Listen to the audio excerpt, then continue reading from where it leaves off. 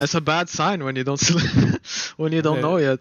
Maybe they're really giving it some thought. You know, you can kind of use this as extra reserve time. I think you get like an extra 40 seconds to select your heroes. You know, otherwise you will random, and we've seen that happen before to Arteezy in a couple TIs ago when he played his probably one of his very few Phoenix games. There's the 10 seconds remaining. Still waiting to see. It's going to be the offlane time. Yeah, makes sense. The mid visage, okay. No, sure. I can see it. I can see it working out. But I'm curious. Like I don't think I've ever seen this matchup played. I mean, probably I've played so many games, but like in a while, I can't remember it happening. So yeah, I'm curious to see how it works out. It's like we've seen lots of Visage metas, right? Especially lately, we've seen sniper metas in days gone, but I don't know if they ever so much clashed when these heroes were still played similarly to how they are today. I'm curious as well. I would assume snipers got a decent advantage here. You know, Visage can strike back pretty hard and frequently if he decides to go for the soul assumption, but you just don't have the mana to sustain it, especially after the most heavy round of nerfs to the hero. Grave Chill as well might allow you to close the gap, but I don't know. Yeah, no, I would assume in the lane Sniper definitely has an advantage, but you have these items like if you can get Ags on Visage, right, you can sneak up on him, and that's right. That might be what they're looking to do. Yeah, I'm just thinking about, you know, whenever I think Visage, I'm always going to be thinking of Bet Boom de Hawk, who's already through to the main event, but that was the guy that was playing Visage for years. Back when he was on Prostiesli, I was casting Eastern European Div 2. He was still picking that hero and Necro and carry Fury, and like it was no one's business. And, you know, thinking to what his builds were, he would occasionally go for that Ag Scepter. It really depended, though, in his mind.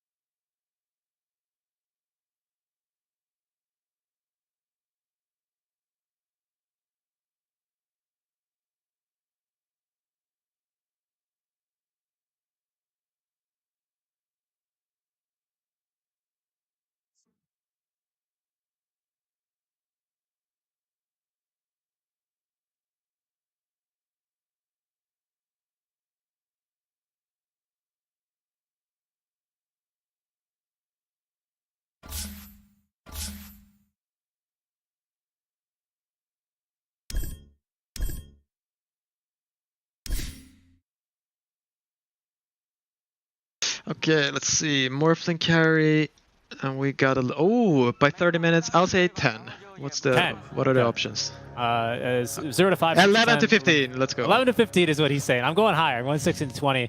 A little bit tense there between us. I thought they were going to actually make a play here for first blood, and now maybe they will consider it, but they're trying, but they're under a ward, right? So. Yeah. Oh, a toss under tower. But Xavius nearby, though, and that's a lot of damage onto AU. Yang actually taking first point here in Scatterblast. They're looking to turn now with the tag team. 3 heroes applying damage as well. It's going to be a fair number. And I love the mid laners completely unbothered by this. They say, get out of my XP range. It's time for me to 1v1. Yeah, and they are doing the aggressive tri lane. So let's see how this goes. Tidehunter very late to lane, though, so miss out on 1 or 2 creeps. For Natsumi, and try on try. It's going to be pretty exciting here. I think bottom is, I mean, we'll mention it now before the top lane really pops off, but bottom seems like a you farm, I farm kind of wave. I don't think we'll be seeing too much action here until level 6s. Mid, we'll keep our eye on, because I'm really curious about this matchup, but top, oh baby, try on try. This is exciting stuff. Probably see a lot of heroes dying up here. Yeah, and it's hard for me to say who I think has the advantage, because the Tusk and Lich probably are really good in try lanes, I think, right? Yeah, I mean, the Luna is definitely stronger 30 minutes. I'll say 10. Quite a while. But now with the new attribute shift, I think 0 to 5. 11 to 15. Let's go. 11 to 15 is what he's saying. I'm going higher. 116 to 20. A little bit tense there between us. I thought they were going to actually make a play here for first blood. And now maybe they peek here. Seems like his strategy. They're trying, but they're under a ward, right? When you're laning a spirit against an unfavorable matchup, you just push the wave really hard. Xavius Sniper to try and see us under tower. And actually doing a fantastic job onto AU. Yang actually... Yeah, I mean... Let's see, he has 1 point in shrapnel here, so we'll see.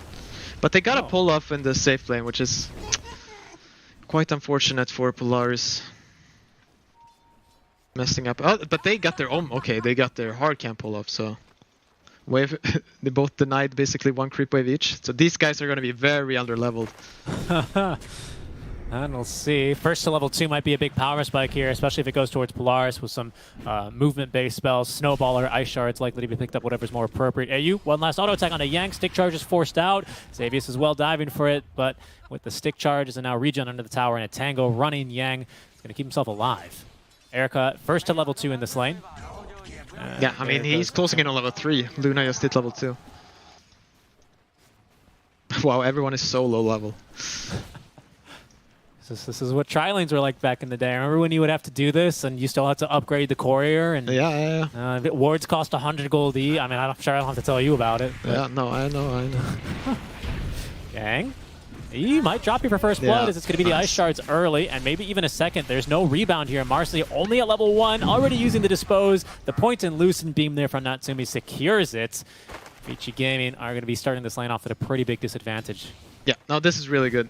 The wave is slightly pushing in too, and the small camp is blocked, so they should be feeling very comfortable right now. Yeah, they're still feeling pretty strong as well. Like AU's got a casual Sage's Mask, Xavius has a full stick already, 10 charges. So like I think they're good to keep fighting. That's always something they consider in tries is how much regen are you forcing out, etc., etc. Not enough seems to be the answer out from Vici. And they save Erica. Okay, stick charge used, even a wand. And he's continuing to shift, but as you say, very tanky. Even that's only 1 point in attribute shift too. It's quite incredible how strong it is now, level 1. Against 3 into tag team. Sure, he did waveform and block a little bit of that damage, but still, very impressive. And it seems like Vici have broken the tri-lane, by the way, as they've sent the support towards the mid lane. Good cookie to get Erica out of shards. Polaris still interested in he's killing mid here. There he goes. Yep, and that's a kill. Very easily onto the Visage. Looks like it's the Shrapnel build on the Sniper. Usually I've seen, when I looked into this more on Dota 2 Pro Tracker a while ago, so perhaps the meta has shifted. The safe lane Sniper is more preferred the mid or the Shrapnel build. I've seen mids go generally more take aim and headshot, so I wonder why XM makes this decision. Now it's good versus Visage, because you remove his armor. Like the headshot is not as effective. Yeah, there is gonna go again. He's gonna die. TPs are coming, but I think it's maybe too little too late. No, it's gonna be good enough. But this was really well, like Marcy knew that he couldn't do anything top. So like whatever happens there, I'm out. I'll go and try to do something somewhere else. Yeah. Well, so, in essence, I mean, he's impacted a lot of change, right? I mean, he's forced AU to TP on over. I think even Xavius committed his TP but canceled it, or had it canceled perhaps by Cookie. Not sure what the outcome was there. But yeah, I mean, you're totally right. No, this game is starting off really good for Vici. Their lanes are going super well. Like, this is really hard when you're Vici and you're just scared of dying. And let's quickly just check in on the bottom lane. Things are going, I think, as we expected. You farm, I farm. It's pretty even as well.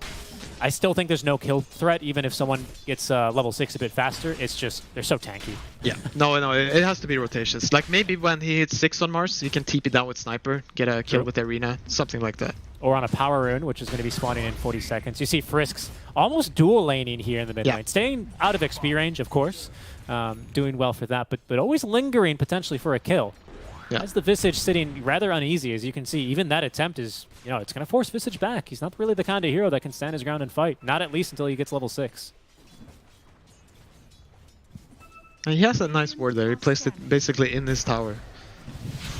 Because he knows that Marcy can't, like, what's Marcy going to do except sit mid? Can definitely not kill the Tidehunter. Cannot kill in the tri-lane. So, he'll just sit there.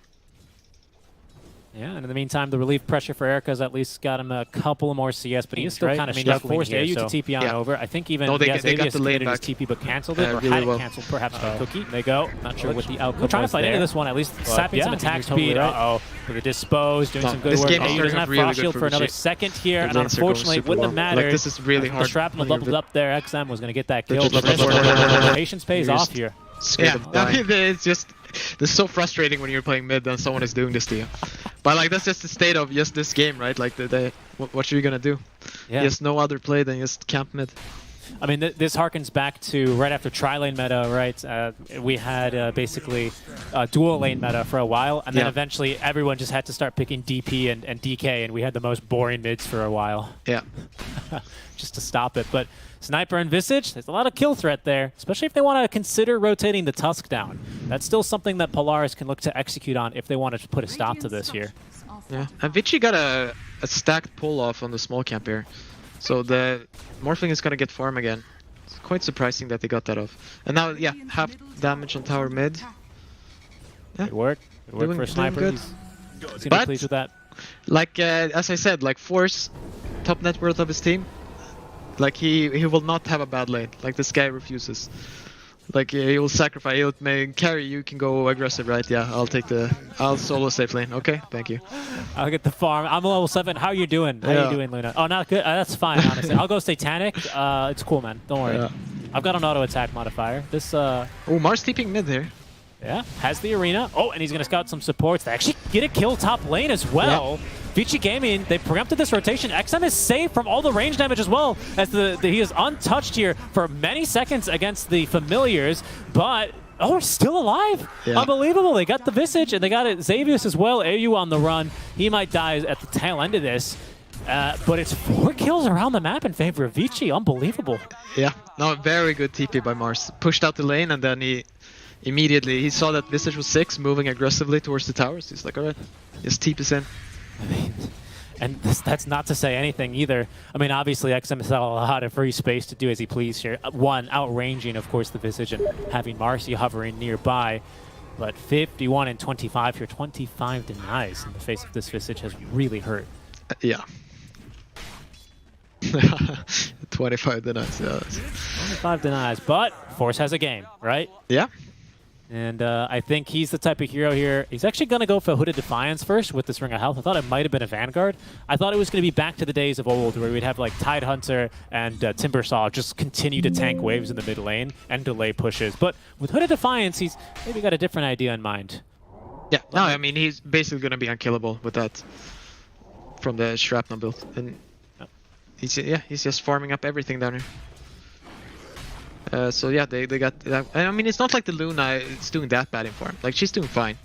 It's a little low on levels, but she'll catch up. Hopefully they'll start stacking some inches for her. But I mean, the big sufferer here is Visage. Well, Okay, going bottom.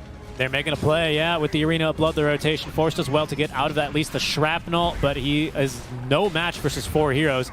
I thought for a second there, Pi, he was going to Ravage. He put the points in it. He'd been saving it up until now, but you know, I got a little excited, but tempered my expectations, and he's just going to take the death. Yeah. Maybe he lives there with the Defiance. I mean, he needs someone to TP him for him. If he can get a Frost Shield on him there, then he probably lives. But no dice here. And now Yang is going to idle down bottom for a while and push with BAB.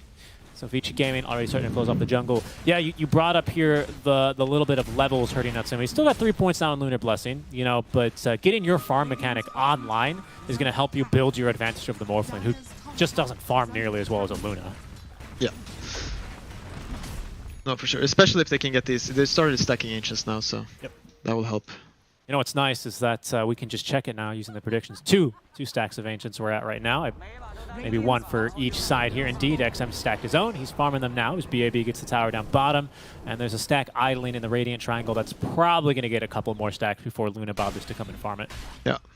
So they killed this tower bottom, but I don't think he'll make that big of a difference. Like, Force won't care. Like, he'll still play super aggressive. Just take whatever farm he can get.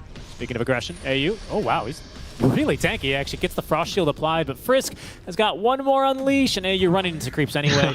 He's going to be able to give him the kill. Okay, so who got the Tome on Radiant? Everyone is so low. Like, both supports are level 4. I'm not sure. I just want to remark, as the tri-lane's going to come to a close with both safe lane towers falling, you know, and some action mid lane potentially. The try-on-try, because it ended up being in, you know, Polaris going off lane with the aggressive try, Luna is already in the tower, in the lane rather, where she wants to push the tower. So that's kind of nice for Natsumi. You see, like, Morph had to TP away. It's a little bit more time wasted, slightly less efficient. Not the biggest deal in the world, but just an upside for Polaris forcing the tri-lane there. Yep. No, so everyone is kind of happy except the Visage, but he's just gonna farm. He's trying to farm the Ancient stack actually. All right. I mean, not undoable. He actually went for this Falcon Blade build into drums, so maybe nice play by Savius there, just blocking off the smoke gank. Probably going to end up seeing him go for that, what's the build here? The Boots of Bearing, the bongo drums, whatever you prefer calling them, early on, which is really actually strong with the Visage and his familiars, of course, because as we recall, you have Max Lunar Blessing when they're in range, which is basically a DD rune right now for these familiars. Yep. Okay, they're just picking up casually the... Oh, Frost Shield, nice. Yeah, I mean, Polaris now just desperately need to get level 6 here on the Lich. He's gonna get it... Nope, one more creep. And they need 6 on Tuskar too, so that's a little awkward for them. Yep. 3-2 little experience there for AU, but he's just gonna sit nearby and let Force give it to him. Okay, can they get Natsumi up here? Oh, the rotation, XM kicking it off here with a shrapnel. Oh, wow, really good bounces. Frisk as well, interrupted slightly, but XM's got already the point in Assassinate, and he's got the kill. Yeah, I mean, that's... Visage is farming your triangle. Like, what are you gonna do? Yeah. Sorry, it's just Visage farming triangle. I mean, he's not the hero meant for it, right? We expected the stacks to be for Luna, but he's got to recover somehow. Yeah, for sure. It's just hard to be a Luna. It is. Tidehunter, all Force can do here is at least deny the tower. He can't stop it from being taken. So down it will go. Yeah, I mean, they have a level 11 Tidehunter. He has Ravage. They have Shamefrost ready, so like they have... You can't be too carefree here on Vichy, but right now, 3k gold up. Everyone is having a good game, so they're definitely feeling good.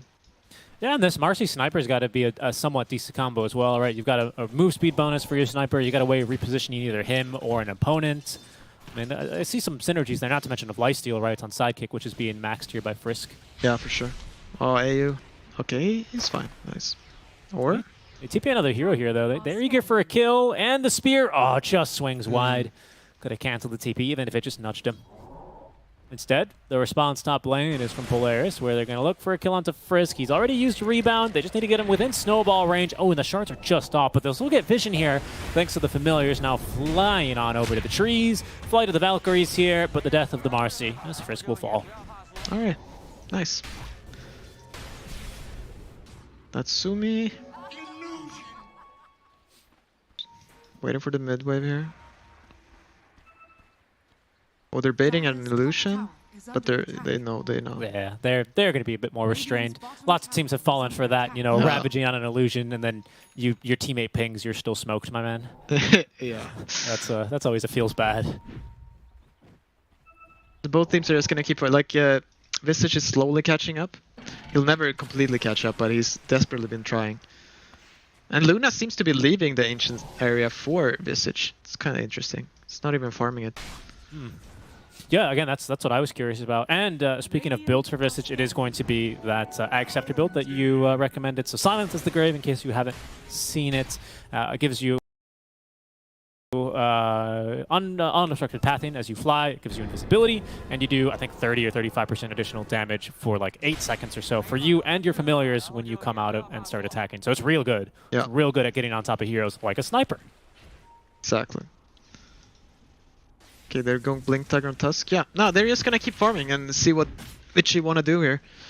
Eventually they'll have Wraith Pact on Tidehunter, and then maybe BKB on Luna, and then maybe they'll try to like see if they can get a Roche perhaps. Yeah, make some aggressive moves after that. They'll have some decent minus armor as well with the Visage talent at 15. He is a little under-leveled, but we'll get there eventually, and they'll be able to take down some major objectives with that. I'm looking at scaling, and again, 8 other heroes in the game, but I take a look at these two lineups, and I'm hesitant, but I'll dare to make a stand and just venture forward and say I think Vichi's got the better late game. More sniper late game is seems a bit scary. It's scary for sure. But I mean, if the Visage is farmed, then you have a Tidehunter that's farmed. It's not completely clear cut, but yeah. They also have this Marcy. Like she just needs a BKB basher, and she's a monster. Of course. So they have a lot of things. Yeah, I mean, we've highlighted that Polaris, they just need levels, they need items, right? They don't really have an option of taking a fight super realistically right now, even with the fantastic start that Tide has. He's going to go Acceptor. Oh, no, sorry, that's the ultimate orb, or pardon, the point booster for his Wraith Pact. Yeah. But I wouldn't mind seeing an Ags either, honestly. Yeah, maybe. Oh, let's see. Just a quick Nice. kill there onto Yang, but they're also on top of the sniper in the river with some serious moves. Low Ravage. Ravage committed here. It's a level 1 Ravage, though, even though he's level 12. Will it make a difference? We'll see, actually. But Vici Gaming certainly here to back up their sniper. XM standing his ground, a little bit of lifesteal, but not enough here as the Chain Frost bouncing around to the river. Erica does well, though, to split that off of the enemy team, and now he's going to go right on in for some more action. Lelich dying and will be taken down by the last right clicks of Erica, and it's going to be AU who falls last here, as it's a decent fight for Polaris. They get the sniper, but reinforcements come and are going to punish. Yeah, now Vici everyone, it's like kind of a passive game, right? So if something happens, everyone will just TP. Okay, this is an interesting smoke though. Oh yeah, without ultis as well. There's no unleash. Oh, and the smoke broke. He's just out of range. And I really like this ward. I'm seeing this one a lot more. It's not super uncommon that Vici have right in front of the Polaris tier 1. Usually, I tend to see it closer to where that banner is placed, but it's really easily dewarded. But it's just nice. Yeah, it's kind of goofy though that it's still up, because he literally ran into a creep wave to place it. So I don't know how it's still up. All right, they're doing Roche. And with bonus damage to your sidekick, XM's coming in, take aim. No Mask of Madness, by the way, so a little bit of a different sniper build than what I used to seeing. Yeah. It's working. No, everything going Vici Gaming's way here. And they can't really, they just have to keep farming on Polaris. They need BKB. And I mean, Visage is kind of saying he needs Ags. He's quite far away though, but I guess that's what they're waiting for. Yeah, he's getting there. There's level 2 familiars as well. It's a pretty big point for him. His damage increases substantially, but careful. Over in the top lane here, Hooded Defiance barrier is going to be nuked through. They actually still have Wraith Pact alive. No, unfortunately finished off, and that means the Frost Shield to go with it. I'm not sure if he meant to get that onto Force, who is still alive here and kicking, but just the death throws here as Vici Gaming now will circle around the spear onto AU, and now even Xavius unable to escape here. Vici Gaming running over Polaris right now. Yeah, game is kind of spiraling out of control. Like, cause it would be nice if you were in a position where the Luna can TP in there, come with her BKB. You obviously place the Frost Shield on top of the Tidehunter. But I mean, they don't even have Ravage, so you probably should just let him die there. That's what I was going to bring up, right? I mean, such a long cooldown on this spell. They use it in the river, they pick up the sniper kill, lose the fight immediately after, lose an objective, lose another fight. So punishing in the early game off one cooldown. Yeah. Certainly feels bad here. And there's a Philly Stone at least for Polaris, so someone's going to be getting some passive gold. It's Xavius. Blink Dagger here might be major to save as well in and out of Mars Arena, a way to get on top of Sniper more effectively. Could be a game changer, but he's still a bit far away from it, unfortunately. Yeah, Sniper has picked up Pike too, even harder to kill now. Okay, they smoke up here. I don't know. They're gonna try to fight. I don't know how they do it though. Well, they've got Ravage. With Ravage, I would say, Pi. And with Gusto, as in they go, and down into the river goes the Snapfire. Xavius stuck on the high ground. The Shards are going to catch Frisk here as they deny that Frost Totem immediately. So now Polaris, unfortunately, not getting the jump right or being forced back. Natsumi as well showing here. Has BKB, has Eclipse, but only still level 3 Lucent Beams. Not the biggest difference in the world, but let's see. Yeah, because right now without Blink Ravage or Blink Tuskar, it's really hard to initiate. EAB, speaking of Blinks, is about to pick up his own. He's merely 200 gold away from it now. So the initiation from Vici is going to look a little bit better. Maybe if he has a Blink there, for example, the counter initiation is a bit stronger. But I don't think he needs a Blink. Trouble. Yeah, for this counter AU. Although the rebound misses and the dispose not there. The TP out.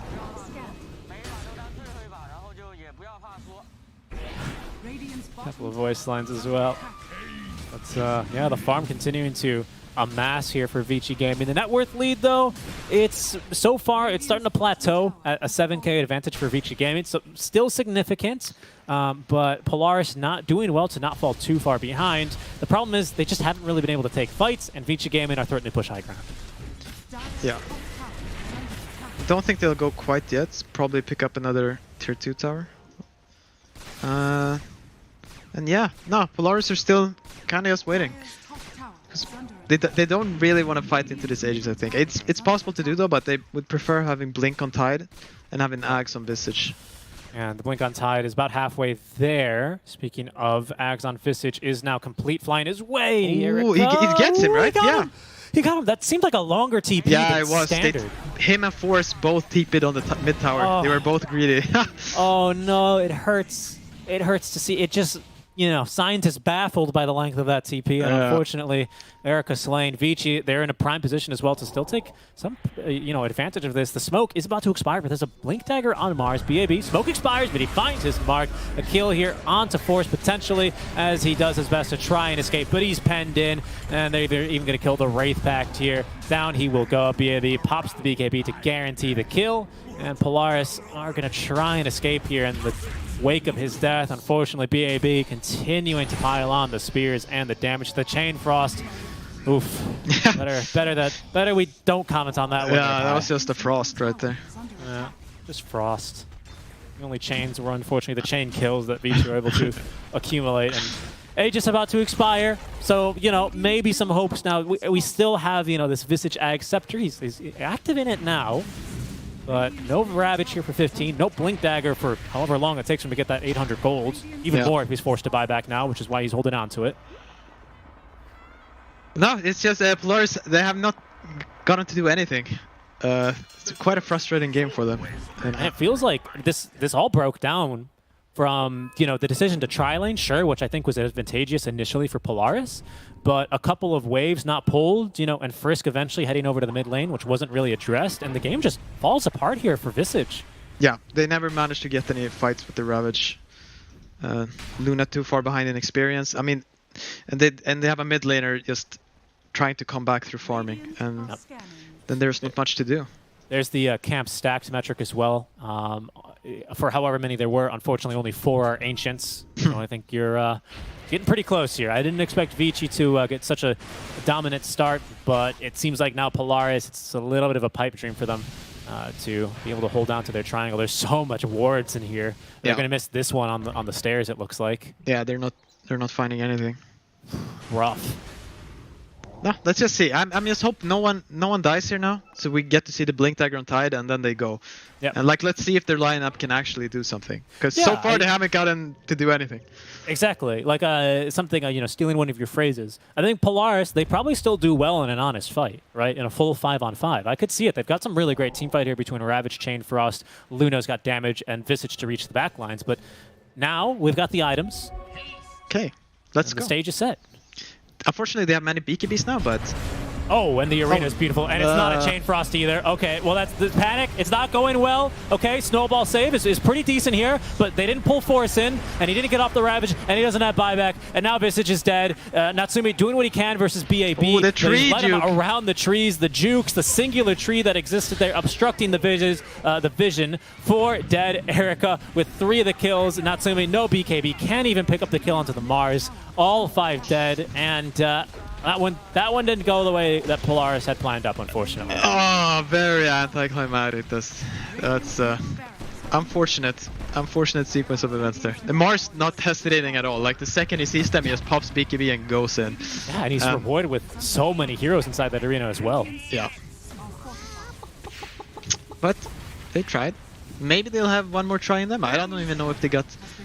Did they get to use their spells? They have the Ravage, at least. They got Ravage. They don't have BKB on Luna. They don't have Eclipse, and they don't have Chain Frost, and that's the problem. They also don't have a mid lane of melee barracks or tier 3 tower down bottom. So the damage is lasting by Vici, and that pie is, well, obviously it's scary, right? The 17k net worth lead is the elephant room here in our cast, right? We should do well to acknowledge that. But that's not even with Aegis. That's Vici Gaming just taking a straight up fight and then punishing you for it because they fought you outside of your base.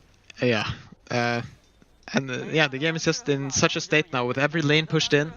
Roche is spawning soon, so we know that's where Vici are gonna go in a couple of minutes. And like, you're gonna have to, like, the next fight is not gonna be easier. It's gonna be with even more gold. And there's also wards behind your lines right now in terms of where Polaris are currently. So that's going to enable some very easy pickoffs and advantage for Vici Gaming. They're doing well, at least, to ensure that this cliff's not warded, but they just haven't managed to find these others behind, which is super frustrating. Whenever you look at replays, man, oh, you hate to get out warded like this, don't you? Yeah.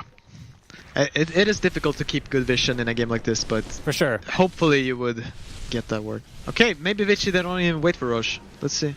Yeah, 50 seconds. It's in the window. They see Force here though on the ward. They see him. They do. And he doesn't think they see him. Well, now he knows, right? Might after losing the ward like that. We'll see. Let's trying to sneak around from behind. The sentry's at the ready. They're going to go first here for Force. He's got Ravage. He's not going to use it, though. Looks like he's going to take the death. Doesn't have buyback either, though. 45 seconds here. Kiss is committed from Vici Gaming. Yeah. So maybe slightly of an overcommitment, expecting a bit more of Tour de Force from Polaris there, but okay. The hope is here, you get a kill, right? And you wipe them and you get Roche. It's a good start, Pi. That's what they need to do. Get a kill. They need to wipe them. It's been a while since Polaris has been able to find one. Yes, quite a while. And, well, they're not going to be able to find their X on the map anymore. Down they go. More or less uncontested. It seems so hard. I mean, there's a Blink Dagger now on Tusk, but without the follow-up Ravage there to at least guarantee... No, he's under the same vision. Yeah, he is. Now this is, I mean, just outwarded, quite frankly. Yeah. I mean, position 5 plays, man. Oh, no. Oh, no. He's in the base. Okay, BKB'd. Erica, he's going to TP. Goodbye. See you later. Yeah, Roche is up. Collect that. Thank you very much. No. The warding, man, it's important. I can plug my voice line. That's why I did the warding voice line. But anyway, back to the action. Roshan fallen. Aegis and Shard at the ready here for Vici Gaming. Polaris. This looks like the Pisa led. They're even under vision. Force doing what he can. The barrier at least meant he could have blinked, but he didn't. And now he's stunned here against BAB Spear, who's just going to back up. They're seeming no rush to finish this game. They're going to wait for their cooldowns and do it properly. Yeah. This is TI on the line after all. Yeah, for sure. So what were who needed to pick up a point there? Was it Vici or Polaris? It's Vici, if I'm not mistaken. Polaris already in the upper bracket here. They're locked in. Okay, mathematically. Let me go ahead and refresh my Wikipedia standings just to make sure I'm spreading facts. And it's Nouns who are watching tentatively, who have completed their matches and have a 4-6 map score. Vici Gaming sitting at 4-4. Of course, 2 more games to be added. And okay, scored. They're going for a player. Well, they are. Okay, and it's a play indeed, and it's a kill onto the sniper. If they can get out here cleanly, things would be looking pretty good. Frisk has nothing as well to rebound off of, has a BKB. He'd love to get something done here, but careful. They might be able to get it a little bit of an overextension. Lelich, ooh, he's going to get onto XM. The damage, it's good, but XM gets off the BKB, and now he's just got to run. Oh no, the kiss is coming down. He buys himself some time with the Gravekeeper's Cloak and does at least force 2 BKBs, but he's going to lose his life for this. Yeah. No, I mean, Tidehunter and Lich, they were not even close to being there for the fight. Very unfortunate Ravage game here. Like, we haven't had a single good Ravage. No, and it's got to be so frustrating for Force, right? Like, it's those games where I think even all of us who are non-professionals, speaking to you, chat, not to you, Pi, sorry, where you do so much in your games and you feel like you did everything you could right, but it's just not meant to be. Yeah. Yeah, no, there was just no one to play with. Maybe he could have done something better. I'm not sure, but it just seemed difficult. Like everyone was just too low level, and so there was nowhere to go with your little Ravage. Very relatable feeling. BAB's gonna make a mistake here, maybe an opening to exploit, but no, he BKBs and from range, XM's gonna get the kill on Xavius, but BKB Arena down here on Mars. But Vici, they're not leaving anything to risk here. I mean, super clinical stuff. Polaris, you know, kudos to them for not throwing in the towel, but 25k up, buyback forced out, and like I said, they're just going to wait for cooldowns again. It's simply too much at risk here. Yeah, at least the BKBs. BKB on Sniper here, 10 seconds. So this They're is not Polaris. giving up the high ground though, so let's see if Polaris... Okay, just smoke such breaks. Coordination. Oh, and Natsumi is scouted. He's also underneath the sentry ward, down to half HP. There's the jump. He's speared and killed. Natsumi didn't have it. And now Lelich, he's not going to have a life here either. He's in the stone form, but his team is crumbling, falling apart around him. And now Polaris will strike the colors. The call to GG as they fall 1 by 1. And Vici Gaming are going to take the win. Yeah, quite a clean game, I'd say.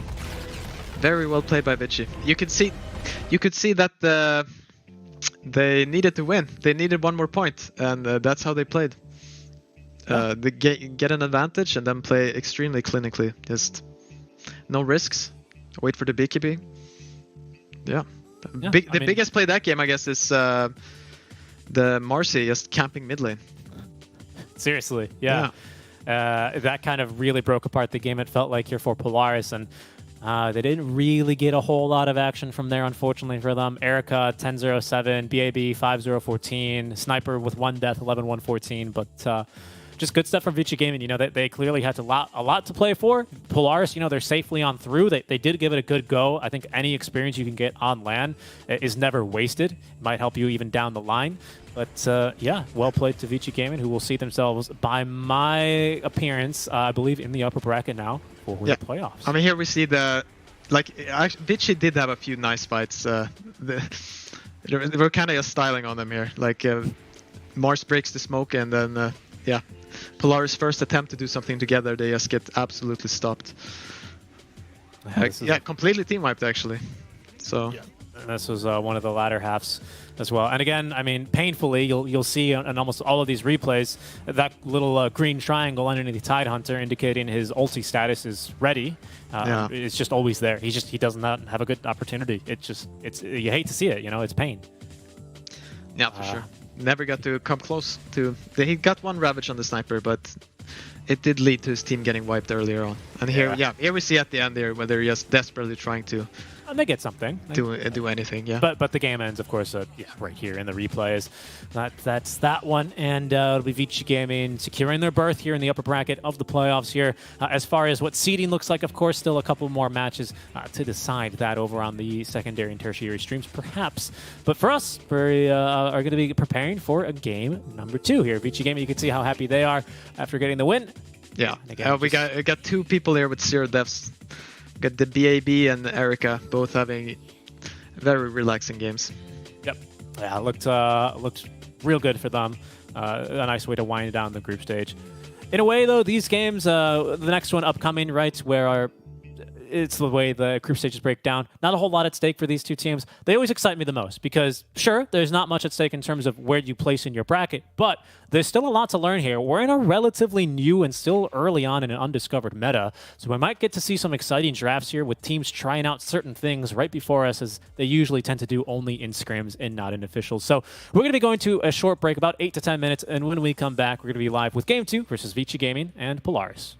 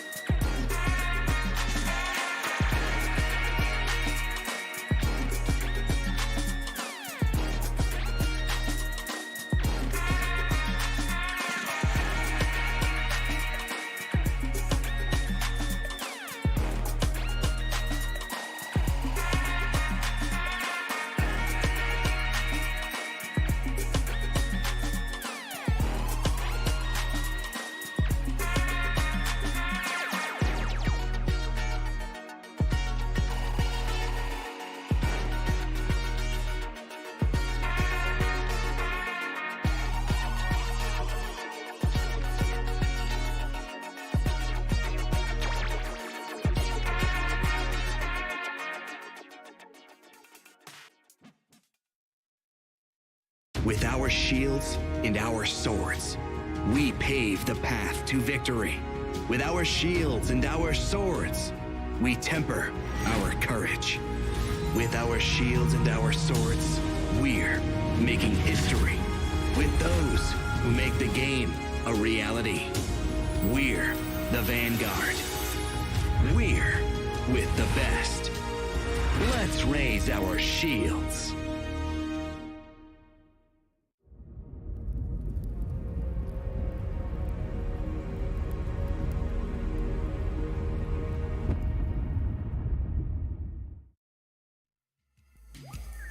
Hello, everyone, and welcome back to the last scheduled match here on the A stream for the TI 11 Last Chance Qualifiers. There's a little bit of a tiebreaker scenario brewing over on the B stream, but here we're going to be, pardon me, taking on Game 2 of Vici Gaming versus Polaris. Not a whole lot on the line here in terms of group stage, upper bracket, lower bracket, or anything. Not like teams are getting eliminated anyway, but I'm personally really excited, Pi, because I do feel like teams are going to be trying out some new stuff here. Yeah, definitely possible. I mean, I just want I want to see Polaris do a little better. You know, I want to see a real game from them. Force still had the net worth that game, but I want him to have the net worth this game and be able to show it off. Because I really feel he's been the biggest difference maker in that team. Like from them becoming like actually quite decently good. Mm-hmm. I always feel, okay, so I've always thought, I've had this theory, right? Because obviously I never played, so I don't know what the mentality is. But those kinds of games where Force has very little impact, not because of his direct actions, but because of how other lanes wins, and that had ramifications on it. I always feel like those games are the hardest to kind of process in real time. But after you get to sit down and take a look at things, it's a more clear solution kind of prevails. How's my logic on that stand? What do you think? You've been in this place maybe a couple times. Yeah, I mean, it makes sense. I mean, that game specifically, it's like when weird things happen, right? Like going tri-lane is not something that's very common anymore. And especially when your tri-lane doesn't really, like you mostly got the negative side effects from it, right? You got very low level supports. You got a carry that's kind of low level and like a little less farm than you should have. And then, yeah, you get a farm Tidehunter, but it's hard to play from there. Like you don't... It's not usual circumstances. Like you don't have your supports to play with.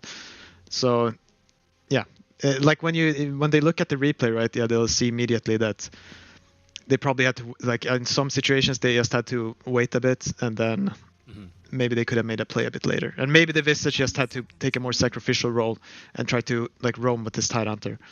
Something like for me, that also kind of calls into question like who's responsible on the team for making calls like that. I'll quote an example for something that I know, at least through interviews. Like Na'Vi, they decided, for example, after Arlington Major, one change that they made was they all kind of came to an agreement, and they decided that that there's different people in charge of making calls at different stages of the game. I know, for example, early on, sometimes it's the 5 making more, meta game calls or macro game calls, and then late game, obviously, usually it revolves more around the carry, specifically making calls. Yeah, I don't know. I guess that I didn't really have a question for you, Pi, but I just wanted to bring that up. That sometimes, I don't know, teams, it can be hard to like make the decision if there's not one in-game leader at that stage of the game. I feel. Yeah, I mean, I think that sounds complicated in itself. What you have different times. You have, for me, it's like the most successful team, you have like one guy that you listen to, and that doesn't mean like he's calling everything all the time. It's just when like that go back, when he says go back, you have to go back. Right. That doesn't mean like if you're playing whatever, you can't like make a call like let's defend this tower or whatever. It just means that because there are sometimes confusing situations where like you can do several things and they're all fine, but you need to do them together, and then you need that one voice that you listen to. Yeah, sure. I think that makes sense, right? Not so much as, the puppy taking hero control of everyone and microing all 5 heroes. Not to that degree, of course. It's more of the... they're the kind of stream of consciousness of what the team is adhering to, right? If they're like, say, this fight's good, look for more openings, jump this guy, everyone's going to do their best to do that, right? Is kind of how I've always imagined it. From the small comms I've heard, of course, during TI true sites. Yeah, I mean, I gotta defend Puppy a bit though. Like, he's not the guy to micro everyone. He's like a very laid back in the game. It's just he wants, when he says like go roach or like do something, he wants people to do it. Otherwise, like people, like everyone can make their own calls. Of course, Puppy of team. course. Yes, of course. I think that's that was obviously a hyperbole. You know, I also don't want to be on Puppy's bad side either. I agree with you as well. Don't worry. But you know, we're not that safe, Pi. We're only a couple 100 miles away from Singapore. Okay. But no, I mean, I definitely agree. I think, you know, the best captains, they're not going to ride their players like that, right? You say what the objective is, and you trust them to get the job done. You got to play your own game at the end of the day, right? But just a bit of a discussion, right, on maybe, you know, someone needed to make the call. This tri-lane's not working. Let's break it down, and et cetera, et cetera. Who knows? I never like to get too much into the thoughts of a team because I don't know. And of course, we'll see how it changes from here. But over to the draft, Pi, as we've deviated a little bit. Mainly at my hand, I apologize. But the Tusk Shadow Fiend opening by Vici Gaming and Polaris now with the Ench Magnus to respond. Yeah. I kind of like the Tusk Shadow Fiend. It's quite interesting. Because you can totally see a Shadow Fiend going mid, right? Like, whatever, mid Shadow Fiend. And you can also lane these together in the safe lane if you wanted to. So it's very flexible. Where do you see this Magnus role, especially for Force this game? Is this him taking a little bit more of, what's the best way to phrase it? You know, a little bit more active, you know, component of the game compared to Tide, who is a little bit more cooldown dependent. Mag can still make some repositioning plays, RP or not. Yeah, kind of. I mean, like if we see how like the Tide pick came about last game, it was strange anyway, right? Like there was a sniper picked, and then they kind of last picked Tide Hunter into it, which is already pretty weird. And then yeah, they through that Tide pick they have to force an aggressive tri lane. So like the plan was just kind of off, like no matter what. So like this is just a more simple, like yeah, just pick me Magnus, and I know like I like playing it with Willow and Starfire or whatever. Just pick that, and we're good at laning. So like whatever they pick will be fine. And you can pick like Juggernaut or something. I'll empower you, and we'll play from there. All right. Just a more simple approach. Yep, it's a good point, and off your Juggernaut as well. That's banned out by Vici promptly. I used to see a lot of Ember Spirit get banned as well when Ember was really good and Magnus was really good on the Empower. Those numbers have adjusted over the years, and Embers since then have really stopped building Battle Fury, but the Cleave still must be good. Oh, but Vici, I think, with a much more heads-up ban, I think the PA would have been much stronger with Cleave here. Yeah, that's wise. No, I kind of just want to see. I still want to see a Faceless Voider too. I saw Secret played one game. It didn't go that well, but I saw another game too with Void where it was the same old. He has Chronos and he killed someone. So I don't know. Should just be fine here. Seems like Polaris might be thinking about the Morph lane if they like to ban along the lines of Vici. When they picked Morph, they also like to ban the Slark out. It's kind of my logic with that. No. I don't want to. No? I don't want Morph, no. Is there something on Vici? Oh, is it because he's not melee? He can't take really good advantage of Cleave? I mean, that's one part. It's also like the lane with Ange, it can be fine. But I think Shadow Fiend is a pretty good hero against him. Rubik's not bad. Tuskar is like, he can at least like waveform out of the shards, but overall like it's a lot of stuns. It's playable, but I would want to see something that I'm really good against before picking a Morph. Okay. They should just pick a normal, I don't know, Snapfire or something. Okay, Invoker. Gives them some more time to think about their next pick where, well, they're going to have to pick a support or reveal the safe lane. They might wait and try and get a couple bans to protect whatever they're thinking of. As maybe what they'll decide is, of course, with 18th pick here, Vici Gaming have a really powerful opportunity to respond, especially because they haven't yet picked their offlaner, so they can really crush a safe lane pick in lane here. Yeah, but it's also getting to that point where every carry is banned out, you know? Like Troll is banned, Jug is banned, PA is banned, Slark banned. So you pick a support here, and they'll ban 2 more carries, and then, yeah, I don't know what you end up with. Oh, they will pick they pick Void anyway. There it is. You've been asking for it for a while. Those of you that have been following us here on our casting here for the LCQs have known. Pi's always like, give me Faceless Void. I want Faceless Void. He's real strong. Well, here we go. We'll see. Yeah. No, it's a solid lane too. Ange Void, just a classic. You just sit there, hit them, heal up. That's good. Good stuff. Time walk back. It feels pretty safe as well, not knowing your lane matchup, because even if they want to like Veno you, like I just don't think you really die in that lane with the Rubik. Yeah. I mean, the only question I have is just, I guess they really wanted to have this Invoker. Because I'm pretty sure this is not a Magnus support. It could be, but it should be a position 3. So like you just... No, this is fine what they did. This is fine. It's good. Okay. I mean, speaking of the Invoker, right, we're looking at now, compared to when Thompson played it, a much better game for the Ag Scepter build, if that's what Invoker wants to transition into. Of course, just want to bring that off, as it's going to amplify the team fight that Polaris have even more. And their team fight is looking pretty bonkers right now, especially compared to Vici. Shadow Fiend Requiem it's pretty decent, but they've got some good ways to cancel that, of course, for Polaris. And I'm wondering now if Vici are going to consider, well, the Wyvern's banned, right, which is a really good solution to this Faceless Void problem. If they'll consider some other support, well, they can't because there's Rubik picked. Yeah, no, you just, I mean, now it's just a question if you pick, okay, just go for a Void Spirit. But if you want to do like Shisa heroes versus Void, like you want to pick like a Venomancer, stuff like that, to like make his lane miserable. Or maybe an Underlord, like these heroes, the Beastmaster, something like that. Beastmaster is kind of hard to pick into Ench though, so probably not Beast. Yeah, that's true. She just kind of takes her boars and beats you back with them. You can go for the Axis build in lane, but then you don't really bully the Faceless Void as much. Yeah, especially when you have a Tusk as a partner, I don't think. Like maybe you'll have a few moments, like a few minutes of glory, and then you run out of mana. They buy another set of tangos, and then, yeah. Yeah, then it's misery. It's hard from there. Yeah. Couple of last bans, though they do actually take out that Venomancer in any case here for Polaris, so definitely identifying that. I was about to say Snapfire, because I think what Polaris are missing, especially because I don't expect this to be a Quas, Exort Invoker. I think Quaswex is just a little bit better for professional Dota right now. Oh, you think so? I think it's going to be Exort for sure. I think it's going to be Rush Midas Exort. I mean, I'd love to see it. These days, I've learned to temper my expectations, but I'm not the most familiar with Polaris, to be completely honest. But I'd love to be surprised. I mean, I know like there's still some European invokers, like Storm or BZM. You know, they'll always go Exort, almost the case. But I don't know. I like to cover my bases. I'd still like to see a little bit more damage in Chrono, regardless. Yeah.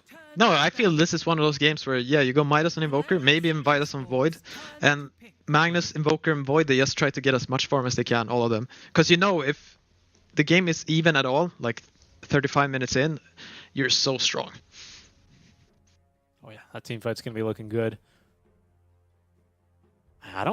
Listen, I'm always down for an Exort Invoker. It's one of my more favorite heroes to watch mid, just because of the damage it brings in lane, a little bit of kill threat, and of course the global potential.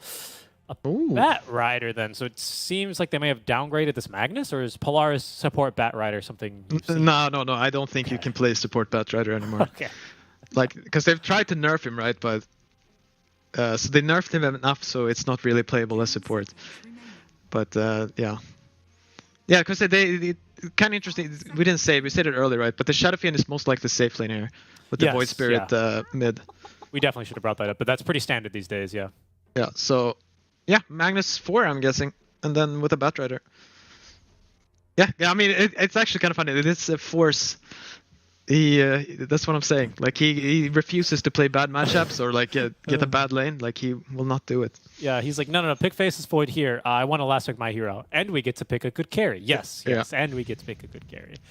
Vici Gaming, they will respond in kind with a Night Stalker. That's an annoying hero for an Invoker, especially if you can't get the Snap Tornado off to increase the gap.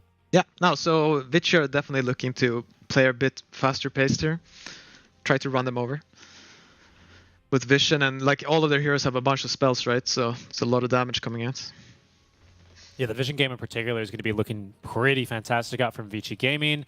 Polaris, you know, in comparison, are lacking. I think if this is to be an Exort Invoker, you can send forward, pardon me, some Forge Spirits to scout for you. Other than that, you're going to be depending on, you know, Ench doing Ench things and walking up cliffs, just expecting to live because of Untouchable and Nature's Attendance, or some really, really phenomenal warding.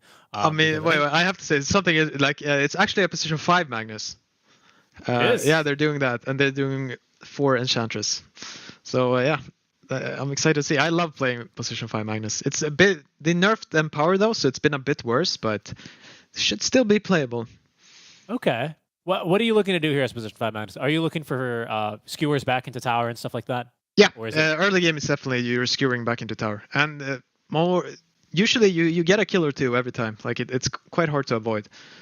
But then later on, yeah, it's a bit harder, especially now. Like they countered Magnus quite well with the Rubik, and so we'll see what he does later on. Maybe just try to go for a Wraith Pact, something like that.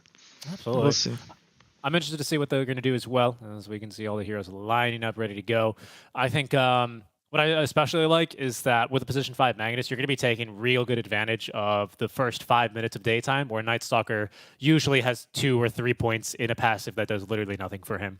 So that's going to be pretty cool to see. I like that. I didn't know you had tried out the position 5 Magnus, but oh, you know who else has tried it out a couple times? AU was Master Tier, Grandmaster Tier on the hero. Yeah, nice. Whether or not he actually can play the hero is not a question. But what is a question for you, Pylai Dai, is who's going to get the first barrack skill. That's just whoever wins the game, you know? Let's go with Vichy then. They won the first game. Their push is pretty good too. Neither team has, like, I would say, like, game-breaking push. Ench, you know, early's good. Invoker, it is Exort Invoker, by the way, so thank you for correcting me on that. He's going to be taking the field, so he's got some Forge Spirits to push with early. Yeah, but let's be honest, right? There's a game now. This, like, if you win or lose doesn't really matter, right? Like, they're still through. Like, are you really gonna play Quaswex Invoker with a Void? Like, no shot. Yeah, absolutely. I agree. Even, you know what's gonna happen is Polaris, you know, if the game gets to this stage, even if they're losing real bad, Polaris are not gonna call GG until Invoker gets his Ag Scepter and they get off the combo at least once. And then whatever happens, they've already won. Yeah. Okay, AU is starting with boots. Like, maybe it's just Savius is their Ench player. I don't know. We'll see what they do, because it looks like he's going safe lane with the Ench. And he's like gonna run around with boots Magnus. Okay, 3 runes for Vichy. Nice start for them. Oh, he skewered Shadowfiend on the cliff. Oh, it's a bit of a win there. He's gonna TP, of course. No, the stunts to combo, but slightly more annoying for him. Okay, is that what he's gonna do? This is also this is also going to allow AU to block the creeps before at least Yang pushes them off. Yeah, but you see Erika blocking the creeps too. So nice response to make sure they don't have to see us under tower, at least for too much. On strike. Nice. I think XM, he's definitely played, I guess, a couple of Exort Invokers, because he stood right next to the thing and tanked with it to make sure that Invoker didn't get the CS, but he also didn't get the deny. Yeah. Still a nice play mid. Hey, you're gonna pull the creeps. Alright. And with Brown Boots, I don't really think a Tusk can look to contest this reasonably. He's even actually kind of invoked the wrath here of the Bat Rider. Gotta be a little careful though. Those sticky napalm now doing a bit of damage is making things a bit painful. But nice pull is going to get the creeps right behind the tower. And that'll keep SF happy. Let's see. Usually Quaswex Invoker does really well mid. It's just gets that free regen, high damage. Does well versus most heroes. And you're looking to get that Midas online to continue to scale, get your levels, more damage. Should get that Ag Scepter online. Midas, and then of course into the BOTs. Do you think that he needs a transition item after BOTs, or just straight Ags? Does he need like a Blink or a Sheepstick or something? I guess it will depend on what the game is looking like. That's a good point. I don't really know what the modern builds are. I don't think you go Ags right away, but I'm not sure. Maybe you do with Void. Yeah, with Void, I've seen some, you know, hastier Ags, of course, but yeah. Really, like, okay, so the Magnus is basically not playing the lane at all. He has ran and stacked and took the 2-minute rune from the Void Spirit. So, and he denied the other one with the Forge Spirit. So, like, that's kind of cute. And he's sniping couriers now. He's just being annoying. Ooh, that's real good, though. I mean, he's not really expecting to do a lot in this lane. Force is probably like, yeah, don't worry, give me solo XP, I'll 1v2. And at level 3, he's going to be real scary. Skewer. There's a skewer. The snowball, Yang though, still underneath tower. He's got 10 stick charges. Should be stacks of Shadow Rays, though, is going to at least give some pause to Force before he goes diving on that kill.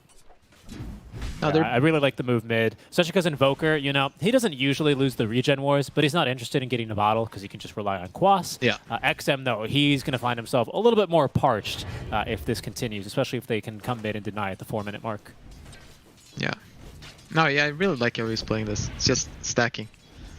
He's going to be quite low level, though, so that's the only problem for him. You know, on the one hand, he's playing a great game. You know, here he is, also getting a bounty rune, denying it for XM. But also, it does pain me slightly to see when Magnuses are reduced to simply just empowering machines, you know? Max empower, give it to your cores, and then maybe kind of waddle around and hope that you get a good RP off. Yeah. Now, we'll see how he plays it. We can't be sure yet, but yeah. BAB? Most likely is...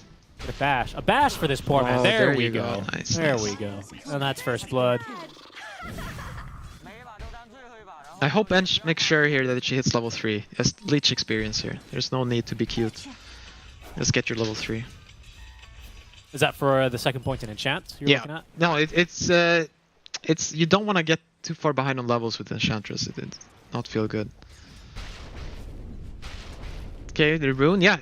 AU is going for the rune again. Yes, they're gonna deny him the rune again. Yep. Wow. He might just pick it up this time, and of course, Alech's already denied it. Wow, that was real fast on the Forge Spirit Micro. And didn't even skip a beat. Right back to CSing very nicely in the mid lane, 24 and 5. Of course, he's got lots of damage, but Forge Spirit's still a melee hero. Yeah. No, they're playing this bottom lane really nicely. Up. If they can get a bash. Frisk, though, has boots. Okay. I think that means as a result, this Invoker's Midas is coming along very nicely. He's about halfway, a little bit less than halfway actually, for that recipe. So looking really good there for a decent time.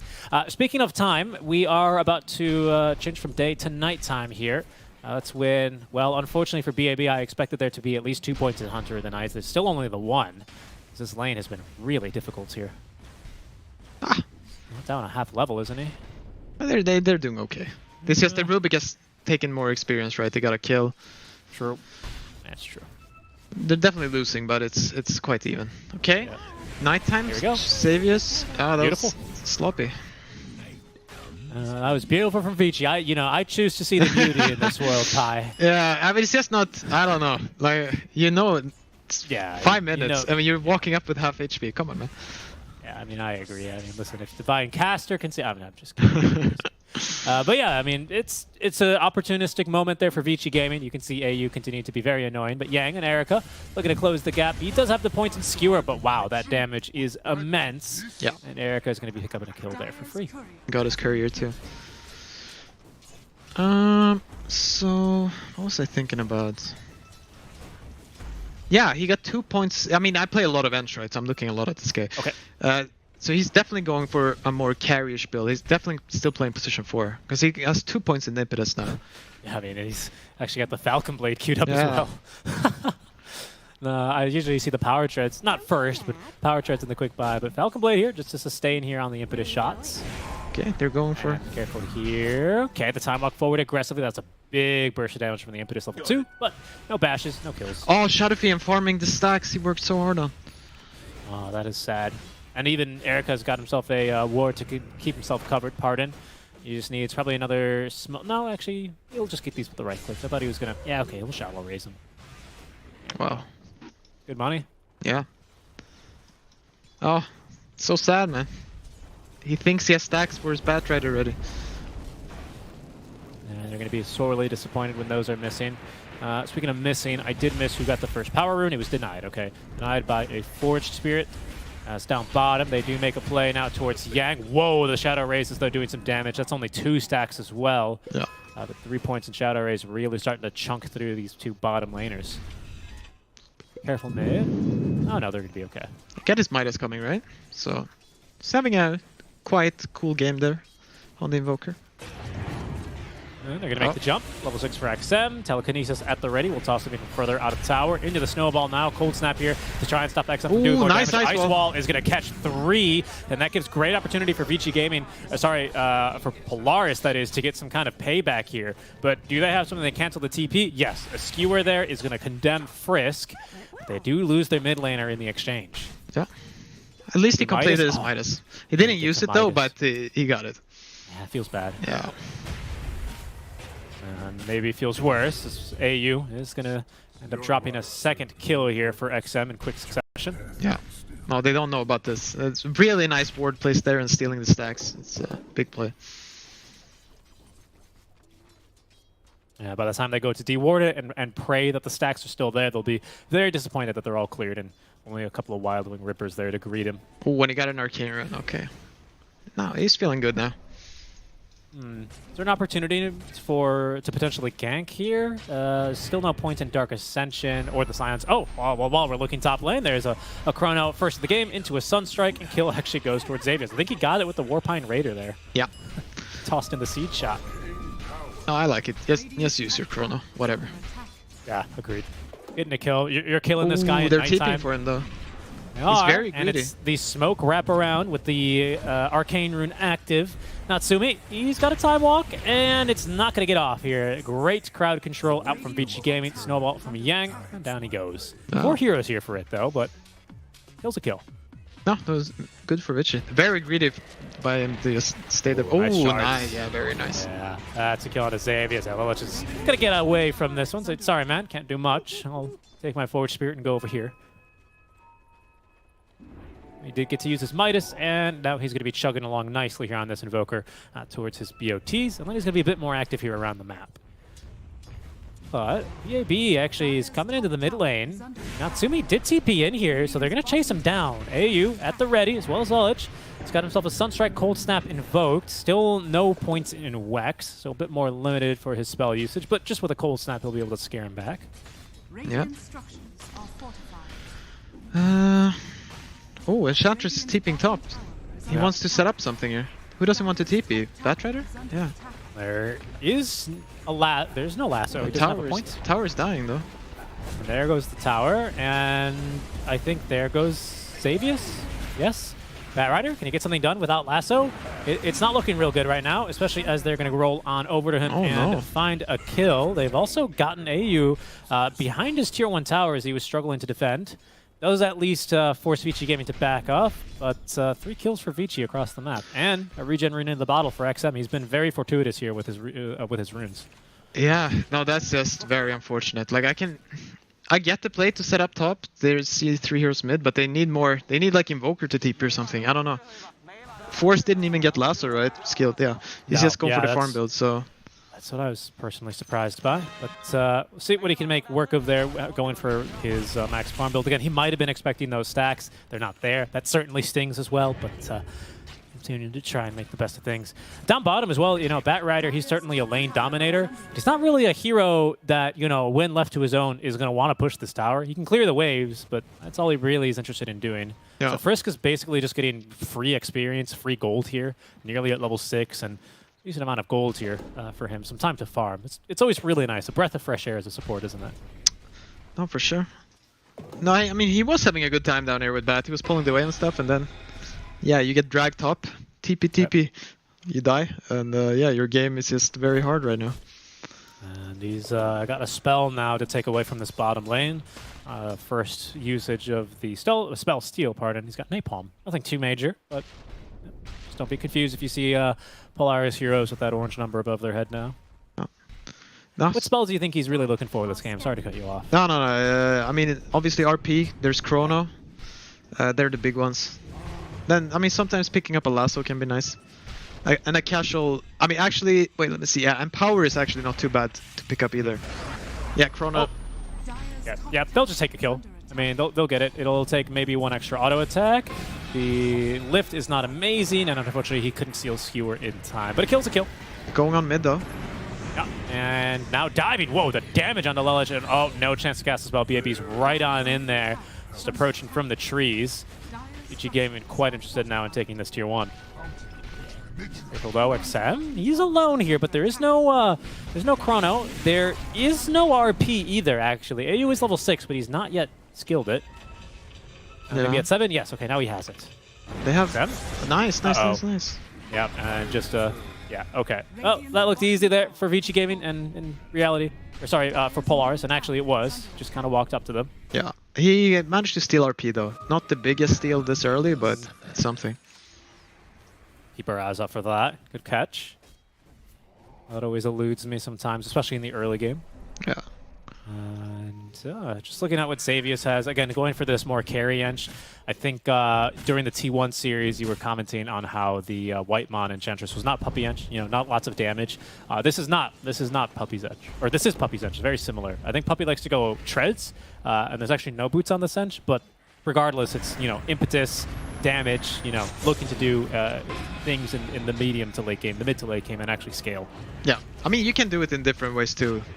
Like you can still have a couple of points in heal or whatever, but yeah, okay, they're killing Batrider it seems, yeah.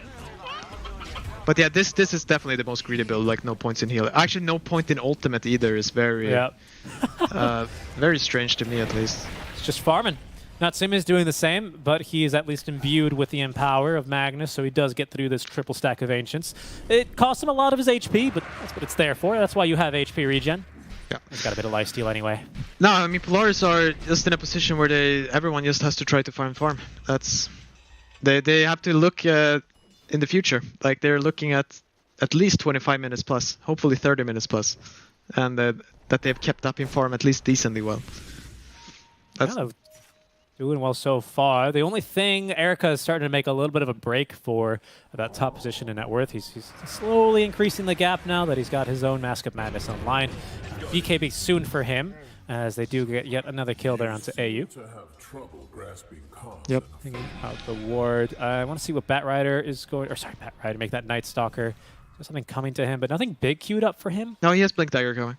Ah, okay, that's where I was. I was trying to find his courier. Yeah, that's pretty big. Yeah, I mean, they'll just keep going. Like, whenever Vici want to kill someone, I'm pretty sure they can do it. And then Polaris just have to be spread out and farming the rest of the map. Making the best of the space that whoever's death is going to buy them. Yeah, exactly. No, it's fine, because everyone is going for items. Even, like, Magnus is trying to get a Blink Dagger, right? Yep. So... yeah. Oh, well, here they go. They're going to make a play. Well, at least the three of them. That Simi's going to continue hitting Ancients after he receives now the maxed Empower. Yep. And here in the mid lane is Rubik. It still has... Oh, actually, he didn't even use RP. He stole Forge Spirit. Yep. No, I mean, they can't really catch anyone, right? They're getting Blink on Bat, though, so then maybe they can get some pickoffs at least. Vici. They're also looking to maneuver around here. There's a pesky Forge Spirit that got enchanted running around in the midst of things. They will be able to get now up into the enemy triangle, where they see a half-farmed stack of Ancients, and that's always kind of bad news. That's when you know that this smoke action is not meant to be. Find someone's leftovers. Okay, he's got Blink Dagger coming in force. They wanna... But Night Stalker sniffs it out. Magnus as well with his own Blink Dagger. It's naturally nighttime, but he also has the Dark Ascension for the increased vision and flying movement. Bottom. Couple arrows pointed here. Diving for Natsumi. There's a ward that Yang is just staring at. Of course, he doesn't know it's there, but he's just staring there. But the whole Vici team is there ready. And here they go. Yeah, the ward didn't certainly pick up that Blink Dagger from BAB. That's a kill. And oh no, they could be looking for more. Lelich in some trouble. Focused down by XM, and he's going to pick up that kill with a nice second Astral Step. Showing off that newer Witchblade since we've last seen him. Yep. I think Savius might no ulti, so he's definitely dead. Yep. There he goes. Only level 7. And Force. He's roaming around here, smoked up. Maybe try to find an angle into that fight, unfortunately. His Blink Dagger reveal is not going to go as well as Night Stalker's. But still is pretty potent here if his team wants to fight around him. As AU is kiting around the Night Stalker, but he's just so fast. Yeah, unfortunately, this game is looking quite similar to Game 1, where Polaris are just, they never get to do anything. They're kind of just farming. And Vici are always ready to fight. Yeah, still nighttime as well for 3 more minutes, and then they're going to probably have another Dark Ascension ready. Oh, okay, but they've got vision here on the Void Spirit, so they're going to throw forward a Meatball and a Sunstrike. That's a kill onto XM. Big one at that. The previous 2 Chronos have been onto supports, but this is a much bigger catch. Yeah. I have to say, though, like this, it's way better to play this type of game with these heroes than a Luna and Visage. Because, yeah, Chrono and with Batrider and Invoker is it's way scarier in the late game than Luna. Yeah, I mean, and this Ench is going to be a force to be reckoned with as well. Yeah, perhaps. I mean, hey, who knows, right? I'm trying to build up some hope for Xavier, who still does not have brown boots. Yeah, I mean, I do this sometimes too. Okay. You're quite fast, so. But I mean, the treads are good though, so I don't mind that. Yeah, that's where I was thinking about, just the damage, attack speed, but it's okay for now. Finishing off the 4 staff, which is, I'd say, a more important item than getting treads online at this stage. Yeah. This is the no, guys. I'm a support. I swear. Special. Look, I bought 4 staff. Natsumi not interested in fighting, getting out of there. He's gonna BKB. That's something. Yeah, and unfortunately, he's also got a Walrus on top of him. Walrus punched and killed off. The initiation's a bit better here so far from Vici, but BKB, forced to BKB rather, is Erica. As he was lassoed on back and his life threatened. RP and lasso used there, however, and not picking up a kill. Yeah. Or nothing to show for it even. Complete vision of this void here. They have enemies as well coming again, but he's got a BKB, so he's going to look for some bashes here. Of course, let the Semolate quite annoying. BAB waiting to make the jump in, has a Dark Ascension. They're going to go for it. He's going to go for it. He's got a silence as well. No more BKB here for Natsumi. That means he can't jump away, but he's kind of jumped alone here, this Night Stalker. Now here's some support. XM has only 1 Astral Step, so he's got to be a little bit more wise with the usage. There he goes now onto Natsumi. They pick up the kill. Sunstrike is going to whiff, unfortunately, and it looks like there's more damage to be dealt here by Vici as XM uses another Astral Step. Down goes the Invoker. Xavius doing what he can. Finally has the point in Untouchable. 4 staff used, but still killed by Erica. Yeah. No, I mean, it's what you said, right? They used every ultimate they had on Shadow Fiend bottom. He didn't die. Then you can do these crazy plays. We're just diving a tower. Yeah, Force is not interested in TPing in, and neither was the Magnus. So, time to pick up Roche. Yeah, we'll take a look at that. But yeah, it's as you say, you know, the team's just kind of coordinating. I'm sure that was Erica saying, guys, they used everything, just do whatever you want. Dive top, you know. XM waiting for his team, very patient to set this all up, and the dive under tier 2 tower is successful. Yeah, I mean, just you try to TP in there and help him out, but it's not happening. You're all just getting cleaned up. The good old savior buddy syndrome. And unfortunately for Natsumi, that's his first BKB. He still dies, drags the team into a bit of a loss. As you can see, Vici ecstatic being able to dive underneath tier 2 towers this early on. He is going to be not so pleased with his results. Really wish that Polaris, you know, they could have mustered a bit more of a defense, but like you said, they used everything. Yeah. Not much more. Oh, but AU's got a blink now. He does? So he's got blink RP, yeah. And Invoker's got his blink, Midas travels.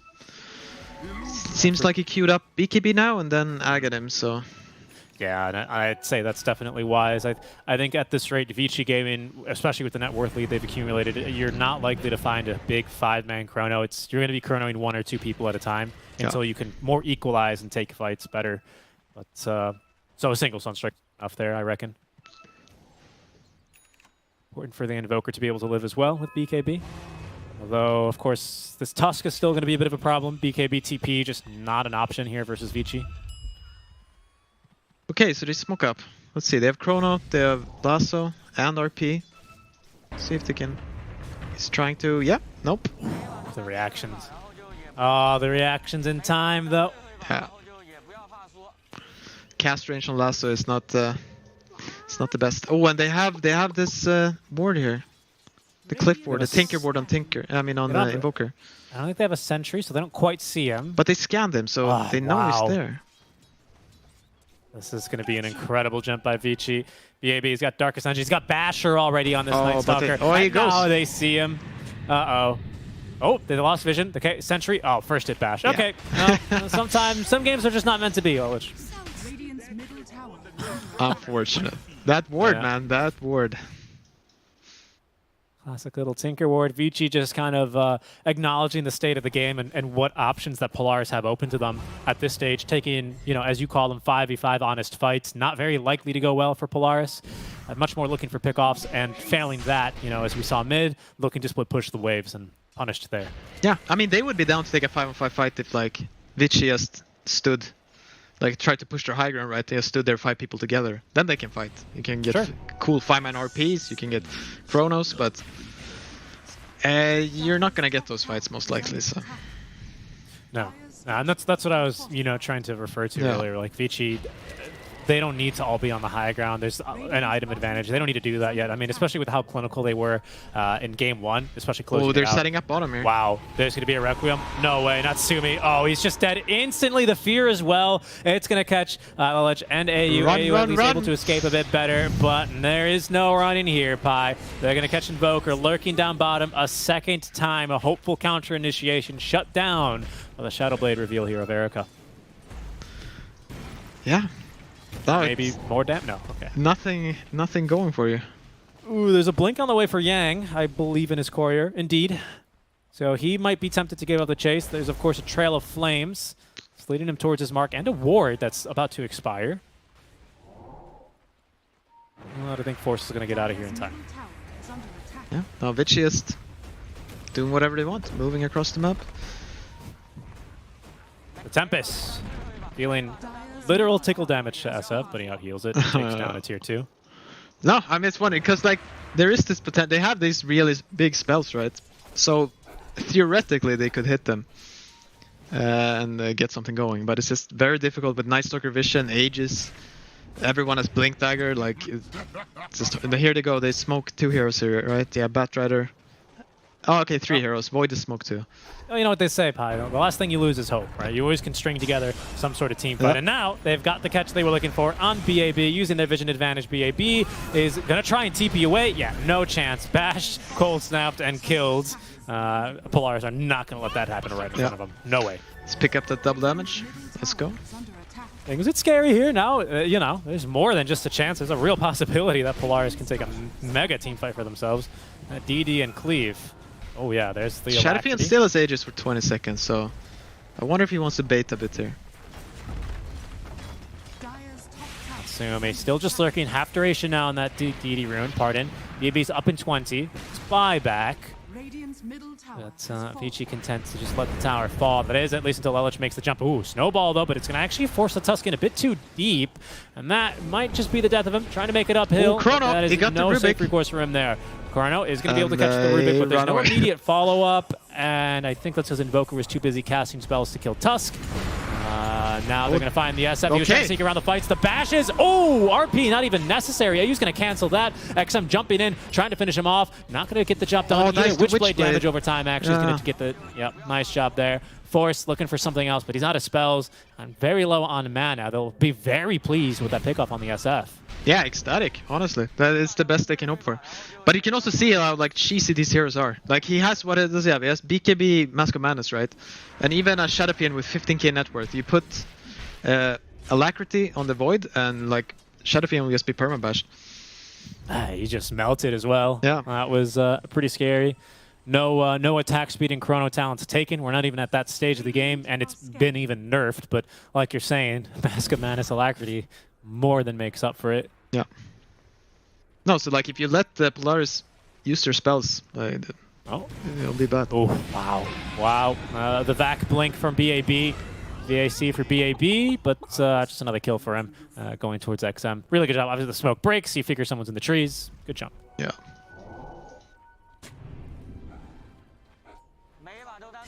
Yeah, now Polaris, just keep playing like this. Hope you don't fall too far behind in net worth, and then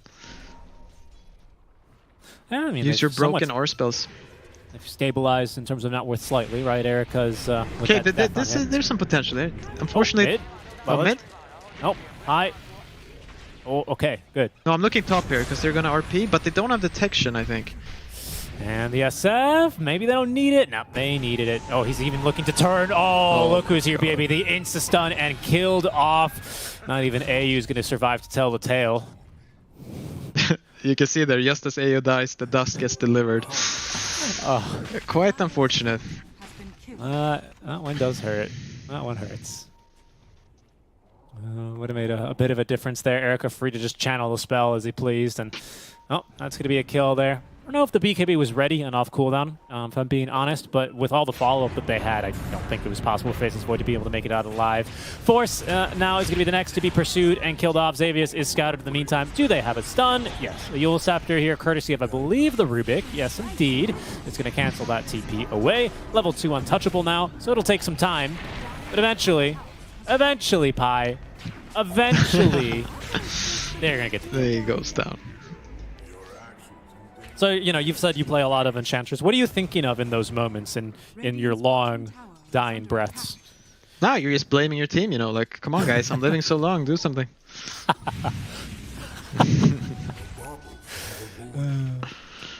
Maybe not in this game. In this game, you're probably thinking about, like, man, maybe I should have done better in lane or something. I don't know. Well, he's got boots now, so now even I can't blame him.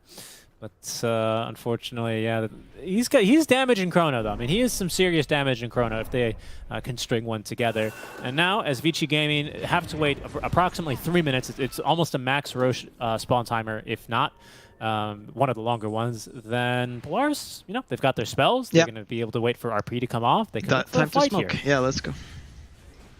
It's difficult in nighttime though, but there's always potential. Made more difficult now. BAB with a BKB delivered, and Void Spirit with an Arcane Rune active into the fight. He will jump. Force, though, looking to try and drag him back towards his team. Lars still smoked up. Oh, Aether Remnant catches him. Over the cliff he goes. Now stuck on the cliff. Force Staff, another Aether Remnant to go to another Force Staff. Broken and killed. XM with kill credit there. XM who seemed to be trapped there in the Ice Shards, however. Sunstrike going to be definitely avoided by Yang with the RP. BKB comes up by Erica, so he's not going to be skewered back, but it's BAB who pops his BKB versus Natsumi's. Gets a bash. Natsumi's got a just as good a chance as well, but didn't find a single one there in the exchange, and now they're on the run. In fact, he's been caught. No more BKB. Aether Remnant perfectly placed to connect, and it's going to be XM on a wicked 6 streak. My goodness. Polaris, they just can't find the opening for their spells, Pi, and I don't think high ground is too safe for them here. There's going to be the break, XM jumping forward, a kill there. Oh, stolen skewer. Stolen skewer with style. XM's going to pick up the 3rd kill. That's just by Frisk, and yep, this one's looking very similar to game 1. Yeah, no, you're right. They have all these cool spells and stuff, but it's too difficult to use. Like, they're just trapped in their base, and they can't. They didn't get off Chrono, right? No, they got an RP off. That one was okay. Yeah, but even then, Erica BKBs. Like you can see here, I think it's obviously it's even better. Oh, it's right after the replay or before the replay, but he BKBs, gets RP'd immediately, which is still valuable lockdown and seconds of BKB wasted. But when he skewers back, he's disappointed to be empty-handed there. Yeah, and here you think you're safe in base, but. Nope. Nah, Vici, they're not done with you. Yeah, really, really nice stones here. Look at the distance on that thing as well. Oh gosh, remember the 1 week that Magnus had that Alex Scepter? Look at him. Oh yeah, Vici Gaming. I mean, it was such a, you know, if nothing else, obviously, now that they've already gotten the 1 point upper bracket secured, it's just a feels good game for them, isn't it? No, for sure. Definitely time to have some fun here. Relax after a really tense last chance qualifiers group stage. Sure, you know, no teams eliminated immediately out of the gates here from groups, but I imagine not an entirely stress-free experience all the same. So being able to let loose a little here and then relax for the night, yeah, I think they're going to enjoy that. Okay, but we still, you know, can still get 5-man Chrono here. They're going to fight this Roche. Spawning now, right? Yeah, it's up. Okay, Xavius is going to throw his potato in the pit. Down it goes. Throwing himself into them. And is killed. I mean, they've got a break now, so it's really trivial to kill him. Force. Ooh, Tornado is not dodged by the snowball, and that's going to at least allow for a big old lasso back. Natsumi making the jump in. Does actually get pushed away by the Psychic Headband. Chrono, though, does connect onto 2. The Sunstrike is going to be onto SF. Erica falling quickly, but he's got evasion. The casual Evan Tunic, and now a stolen Chrono is going to be resulting in a kill onto Lelich. Oh, man. That's just pain. I thought it was Butterfly already. It was just a 16% evasion, making a bit of a difference there, it seems. Yeah, no, it did. And then, like, he's down to whatever, and then you press Satanic, and back up you go. Yeah. And, well, we saw lots of cool spells. The only one, unfortunately, Polaris didn't get to cast is RP. Not a great moment. Yeah, so you can see here when the Force he lassos, and he drags him in, but his team, they don't really want to... They're still running, you know? And then eventually he gets up there. This is quite a nice Chrono, but it's just a little too late, right? The Shadow Pian has 10k more net worth than him, kind of just eats the whole Chrono and then kills him. And a pretty sick steal too, right? Hey, you can see, oh yeah, oh yeah. I don't know the players by face, unfortunately, here for Vici. That's Yang, I believe. I'm at, that's who, sorry? Yang, I think. Okay, Yang God. Yang is feeling good about this game, leading the team into victory. Yang God. There he is. Frisk, yeah. Oh, he's still got telekinesis though, and he's holding on to Chrono. Force broken and sent. Wow, barreling back. He nearly dies there in that little exchange. I think Frisk is saving Chrono, man. I think we're gonna see another Chrono here. Oh yeah, he'll have it. He got the CDR. Oh, no, they're killing Lelouch. Lelouch. Wow. A little tip. Yeah, because Lelouch actually tried to solo kill Yang, but then he got his friend to show up. So his Chrono still on cooldown, but Frisk's off cooldown here in just another 6 seconds or so. He's got Blink Dagger, he's got Yules. Of course, Faceless Void can move in anyone's Chronosphere. Oh, nice lasso. That's a really good lasso. Dragging the double Force Staff. Erica up on the back with the Chrono. Oh, it catches AU and Force. And now Natsumi, Xavius, they've got to run. Invoker's got no buyback. He's dead from the attempt earlier before. Oh, no. Well, that is Vici Gaming just in the base with style, saving their comrade, and now straight up to push some barracks. Yeah. Yeah, maybe. Yeah. No, you need to lasso him into Fountain. That's where you can win. For sure. Well, they're going to have to wait another 70 seconds until they can go for another lasso. As this time, Pi, I'm pleased to inform you, your prediction was correct. What was the... Oh, first barracks, okay, yeah. nice. You're real bad at the trees one, but you know, barracks, not bad. Vici, though, on to push some buildings. Presence or FX buildings. SF, of course, 161 plus 250 base damage. Yeah, that's some destruction. Natsumi getting hunted down here, no BKB. By XM, the silence as well, thanks to the Ag Scepter. Tornado sidestep by the Dissemblate XM. Stutter stepping a little bit. Yule's Scepter, buying some time. Lelouch is here though. XM looking to turn, finds a couple of bashes, has Chronosphere, and there's going to be the Snowball pulling in XM as well. Self-chronoing here now, onto 2. BAB's trapped in the ice wall. There's Natsumi's going to tear through Yang. XM a bit too tanky though, as they turn back from him and finish off Natsumi with the fade. Lelouch on the run now. He's been dusted, so cannot Ghost Walk away. Frisk surrounding him. Frisk has another Chrono in 18 seconds, maybe hoping to use it. He's going to steal Tornado. Misses the Tornado though. He was trying to... He was just trying to bad manner him right there. Yeah. He was trying to body block. He wanted to be cute, but he got away. Yeah. Well, Frisk is... I mean, he's got a Wind Waker already, by the way. Xavius will take it at bottom. Wind Waker, of course, a super luxury item. Not only is like Yule's Scepter usually kind of out of reach for a normal support in a normal game, Wind Waker's like triple the price to just upgrade it, but super strong against the Faceless Void, obviously. Yeah. It just feels really good to have. You can also save yourself. You kind of just fly away. Tornado. That'll lift up Erica, but it's BAB who makes the jump in. No bashes. Well, there it is. I just had to say it. But good Force Staff into the pit and drag back into Fountain. Here we go, Pi. Can they kill him off in time? Sunstrike just swings wide, but they will receive the kill. Nice. No Chrono, enough though. Of an opening. Yeah, no Chrono. We'll see here. I'm sure Polaris, they're going to give it one last good shot here. As in they go. Down goes Xavius. XM looking for a target as well. As Lelouch trying to support Natsumi, but Natsumi losing the 1v1 to Erica. Erica not even BKB'd up. No bash is there, unfortunately. XM diving further, pounding now into poor Lelouch as GG is called. Vici Gaming, they close out their group stage with an impressive 2-0 over Polaris. Yeah, very easy games for Vici here. A little bit of a struggle in the start, and then smooth riding. Both games, honestly. This game maybe even more. Yeah,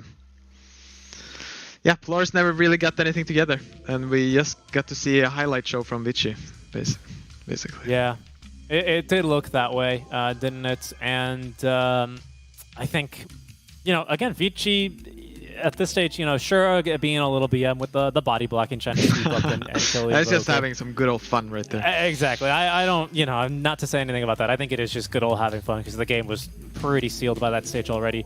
But still, even before that is why I bring it up. Really clinical play from them, right? Like not leaving anything to chance. Really, really good kind of.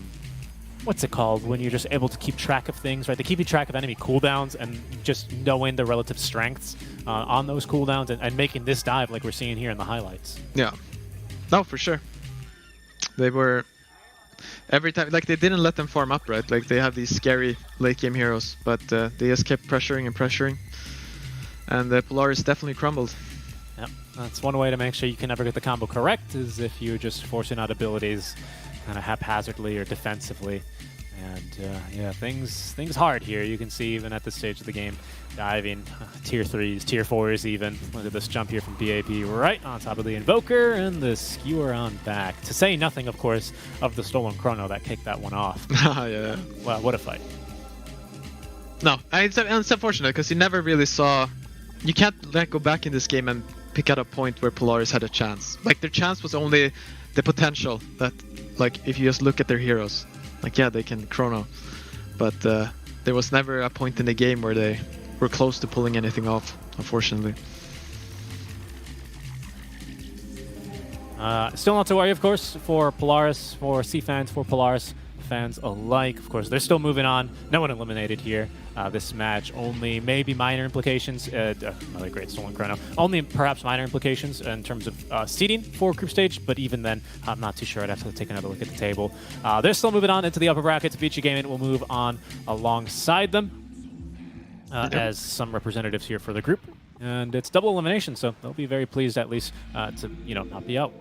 Yeah, and so like there's still a few more games going on, right? Yes, there is. Yeah, there's a couple of games ongoing. We'll go ahead and throw over to those in just a little bit, of course, as we'll first take a look at the scoreboard in terms of each game taking that victory on XM. What a performance, really. I think I don't know. I think the laning stage was still really good from Lelouch, but XM being able to rotate around the map much more effectively and being able to find kills, really setting them up. MVP is XM. Yeah, that's what I was hoping to transition to. I didn't know it was going to be XM, but I don't know. You agree with this match MVP for him? Yeah, that's fair enough. He can be the MVP. Like they all kind of stomped them together, right? But he played really well for sure. Yes, indeed. As that's going to be our final scheduled series, all done for us today. But there's still plenty of Dota going on right now, guys. There was some tiebreaker scenarios that I'm not too up to date on, but of course we can go ahead and head over to Stream B. We'll see one of those play out potentially. We're going to go and cut you guys over to Stream B, where you can see the end of Wildcard Gaming and T1. But on behalf of Pi and myself, thank you guys for tuning in, and we'll catch you later for the post show that'll be live here back on this channel. See you tomorrow. Fissure here over on to Cuckoo. Be able to hold him in place a little bit longer, but they decide, all right, that's enough poking. Alone having that remnant up just decides, let's back off. And he is committing to the BKB. Yeah, but I've just been told that we're on the A stream right now, so welcome everyone. We have quite the series going on. We've got T1 versus Wildcard, and Wildcard took game number 1, so we're waiting to see if we're going to end up in tiebreakers. If they win the second match, that will push us into the tiebreaker zone, and I think surprise a lot of people. Big commitment here going in for the Roche, trying to take it down. I don't think that Wildcard are in any position to contest this, though. Looks like it's going to be safe. I like the positioning by Whitemon here as well. They're standing outside, just revealing if anyone comes to contest. But this is going to be a free Aegis. Probably going to put that over them on Anna's Morphling. And they'll be ready to start cracking at some tier 2 towers as well now. Middle tower. It's definitely a different tempo-paced game here for the side of T1. They're able to be the aggressors, and they're able to make these plays, as before they were just very much reactionary to what Wildcard had. So, do you have a couple of these remnants up? Divine Llama here, just going to continue to do some farming, pick up the bounty rune. As T1 slowly making their way, combing through the jungle. Yeah, they're going behind them. They might get a nice connection here. They're still heroes, but they're starting to TP out, realizing this is not the place to be. Eve, you need to get off, man. Nope, Eve's not going anywhere because he is going to get Dream coiled up, and they're just going to burst down this Phantom Lancer. It makes me wonder if he hadn't gone for that doppel, if they would have been aware, if they would have been able to just back out, but... I don't think so. That was just a coil straight into the tree line, like, you're there, I know it now. And they get that big... payoff. So first Roche and now this. Well, that went better than expected. Alright. Well, they get themselves a nice pickoff. Probably the most valuable pickoff on the map.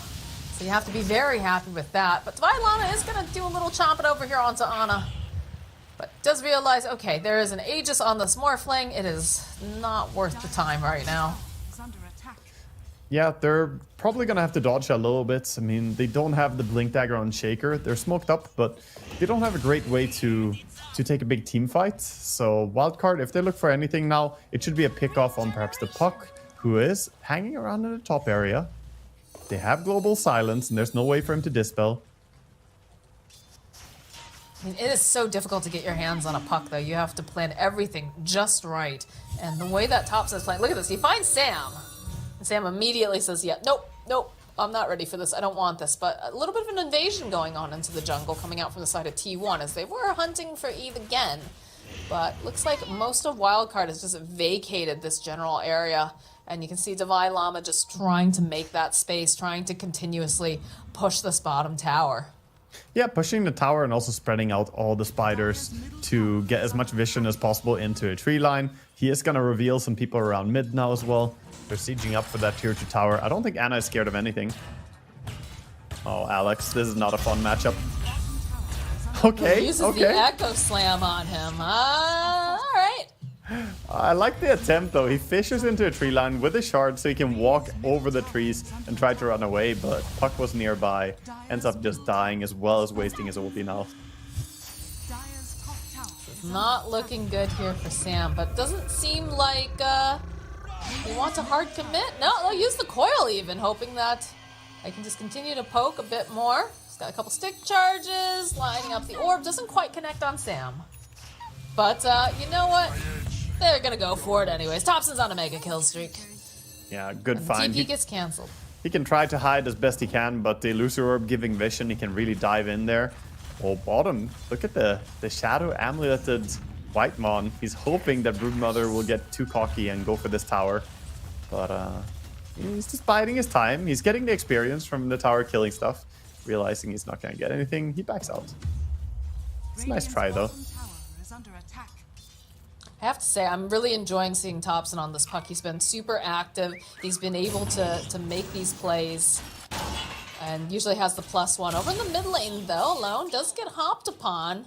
They do ping out. They know kind of the area that he's in, as you see Thompson doing a little bit of hunting. He'll run right into Alone, actually. And you can see how fast he goes and just jumps away to that remnant. He doesn't want anything to do with this puck. Not by an outpost, not where there could be people there very quickly. Yeah, Sever was just like half a second too early there on his goal for Disruptor to catch up. But now they're moving towards top lane instead. I like this. They should play towards objectives on the side of T1. They have that Aegis for 40 more seconds. I doubt that there's any chance for Wildcard to defend this tier 2. Well, they go and drop the Static Storm over on Alex. And they just blow him up. There was an Earthshaker there. It's not there anymore, that's for sure. And this top tower is already sitting so low, 270 hit points left on it, so I'm pretty sure they're just going to take this tower, and despite Divine Llama's best efforts, this bottom tower is still standing. Yeah, they used a glyph as well for that tier 2 tower, and it does not reset because they already lost the tier 2 tower mid. So now they can keep going, and there's not going to be any glyph available. Ooh, this is a big smoke. They draw a line to go immediately down to this bottom area of the map, although the Aegis does end up getting reclaimed. But Thompson leading the charge. They have a general idea where everyone is, and I'm curious now to see how Wildcard's going to react to this. If they're going to just pop into the street. Yeah, look at this. Eve is just like, I don't see anyone on the map. This seems like a bad idea. And Divine Llama, the bunch of pings. He is also going to teleport out as soon as possible, but it's not fast enough. They have the Dream Coil. So that's a very dead Broodmother. I like Zephyr's rocket just flying over him, and that's enough for Thompson to realize he can blink ahead and get the grab on that. So again, they made this big swooping motion in their smoke, and they do connect and get a kill. They didn't get the juicy one on Eve that they would have liked. The peel gets out, but they get the Broodmother, and again, Morphin can just start moving towards another tower. Like a wrecking ball in this game. He's just going for all the buildings. Yeah, and I like this because we've talked about, they have the capability of making all the space and letting, a core just farm. But Anna has been very active this game, and that's what I like to see, especially in game number 1, where T1 actually ended up just getting outpaced by Wildcard. So Oh wow! I like to see the way that they're moving together. Zephyr has Aghanims, so he's actually shooting a bunch of rockets towards top lane. This is a really funny Aghanims now. with the ability to spam the triple rocket. You can connect multiple rockets on the same target. You can hit 2 on the same guy, so it does a lot of damage, and you can push creep waves really hard with it, which is what he's doing. So he's sort of stopping Wildcard from pushing the tier 1 top while they're sieging the bottom tier 2. That's a very useful setup. Bottom tower, though, is going to get just ripped down by T1. Radiant's top tower is under attack. Yeah, I don't really expect them to slow down too much. They might wait a little bit with cracking the tier 3 high ground pushes, but right now it feels like T1, they have cleared out the map, and they're gonna make a smoke immediately as well. There are no buildings left to kill outside on the map, so they're looking for heroes. Divine Llama, I wonder if he knows how close he could have been to death again from this puck. But T1, they'll comb through the jungle. Hoping to run into someone. They do start pinging out that they think, oh yeah, look at those rockets. They know where people are. Oh, look at this though, Thompson will be able to just teleport over, blink, and find Sam at the very least. That's so funny. He didn't actually see Sam. He saw the peel before, and he was trying to get the coil on peel, but collateral damage. The peel gets out, and poor Silencer has to pay the price instead. That coil was not intended for him, but he dies anyway. Consolation prize, like we said. The rocket over onto Divine Llama, but they don't have the lockdown now that they've used that Dream Coil earlier. So I'm just going to continue to clean up these creeps and push Wildcard into a smaller and smaller area on the map. Yeah, they're going to make it ever harder for Wildcard to get close to the Roche area and have any say in what's going to happen with the next one. Ooh, in goes the clockwork, though. They've seen Divine Llama. He's been there for quite a while. They'll go and use the global silence as another fight breaks off over to the side. They want to make sure that Eve is going to survive, but they go and they drop the static storm. And there's just wailing away over on Eve. This is not looking good as the Echo Slam comes through from Alex, but Anna, he's already got that BKB up, so it doesn't do much of anything, especially not to Cuckoo, who's already a tanky boy. So they'll find the kill. Whitemon trying to use that Glimmer, trying to survive alone, just zipping on through. Does have that Ags up, but Divine Llama somehow still alive after all is said and run. Anna just says, yeah, no, you're not getting out here. It's a buyback now from the Earthshaker. Does not have the Echo Slam, but they don't have the Phantom Lancer for another 20, and they don't want to use the buyback on the Broodmother, who's already had a difficult time. Look at this poor Sam. Sam's getting bullied by Anna.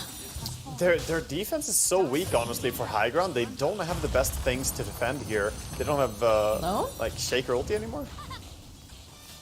He thought about it. He thought about trying to make these plays, but you do have Cuckoo using those soul rips. Every time that starts to get a little bit low, you can manage to go and hold those steering chains. The Dream Coil getting dropped by Thompson again. They'll get a kill on Cuckoo. The blink forward from Thompson just to escape.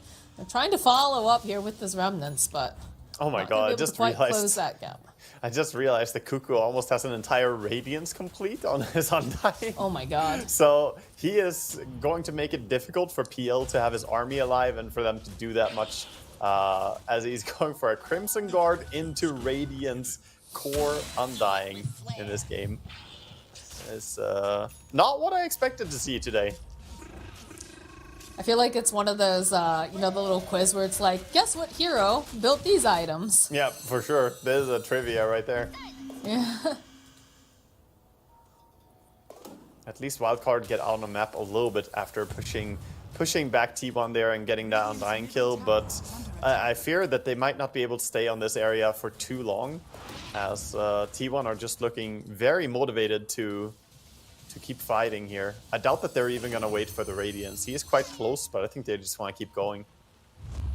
I feel like Wildcard really wants to get out of the base so that way they can get these tier 3 items, because they are at a disadvantage if they're not able to pick up the new neutrals. Zephyr hunting, throws out a couple of the hits. Yeah, Divine Llama considers going forward, but realizes now that it's a trap. Sam running away, does get signs. The hook shot from downtown, though, from Zephyr. They'll kill Alex off. There's not going to be an Echo Slam. Drive back over onto Divine Llama. He's stuck in the static storm. Fissure comes through. They'll blow him up. Oh, goodness. Yeah. Wildcard. That is not how you wanted that to go down. And T1's got to be extremely happy because now Roche is up, and he's got himself an Aghanim Shard. It's crazy how they caught 3 heroes without even using the Dream Coil. They still have it, and they're standing. Alone? Alone? Okay, he goes, he pops the BKB. He decides that he's going to stick around, though. He doesn't have a TP. Does have the Remnant up, luckily, so he's going to be able to escape, but that could have almost been a disaster for him. It might already be a disaster. Now he had to use his BKB just to escape, and immediately after Roshan falls here, we could expect T1 to just look for the high ground due to BKB being on cooldown. I guess the classic puck tanking the Roche while Undying sits outside the pit. Yeah, All wouldn't want right. to risk your Radiance, Crimson Guard, Undying getting right-clicked. He's so squishy.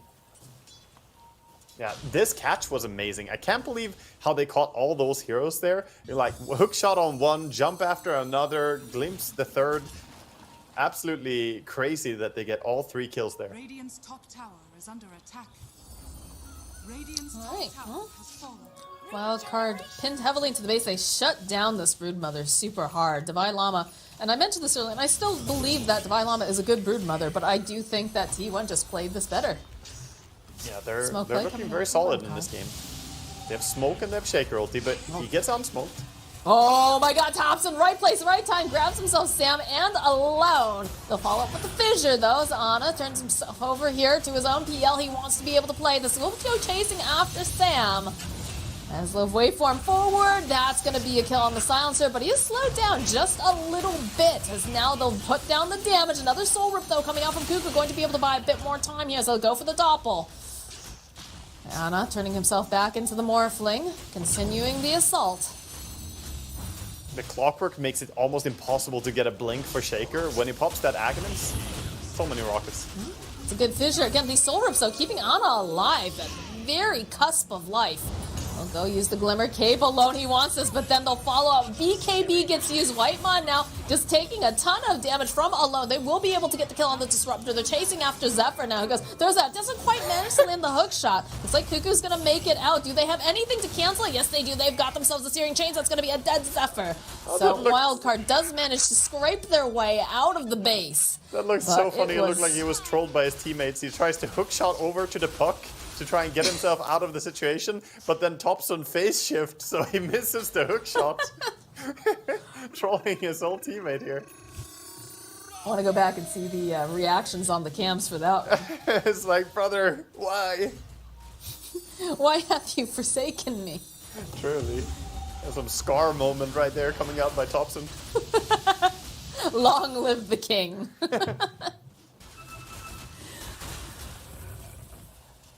All right, well, this does give Wildcard the chance to get back out there on the map, Yep, which is something they definitely needed.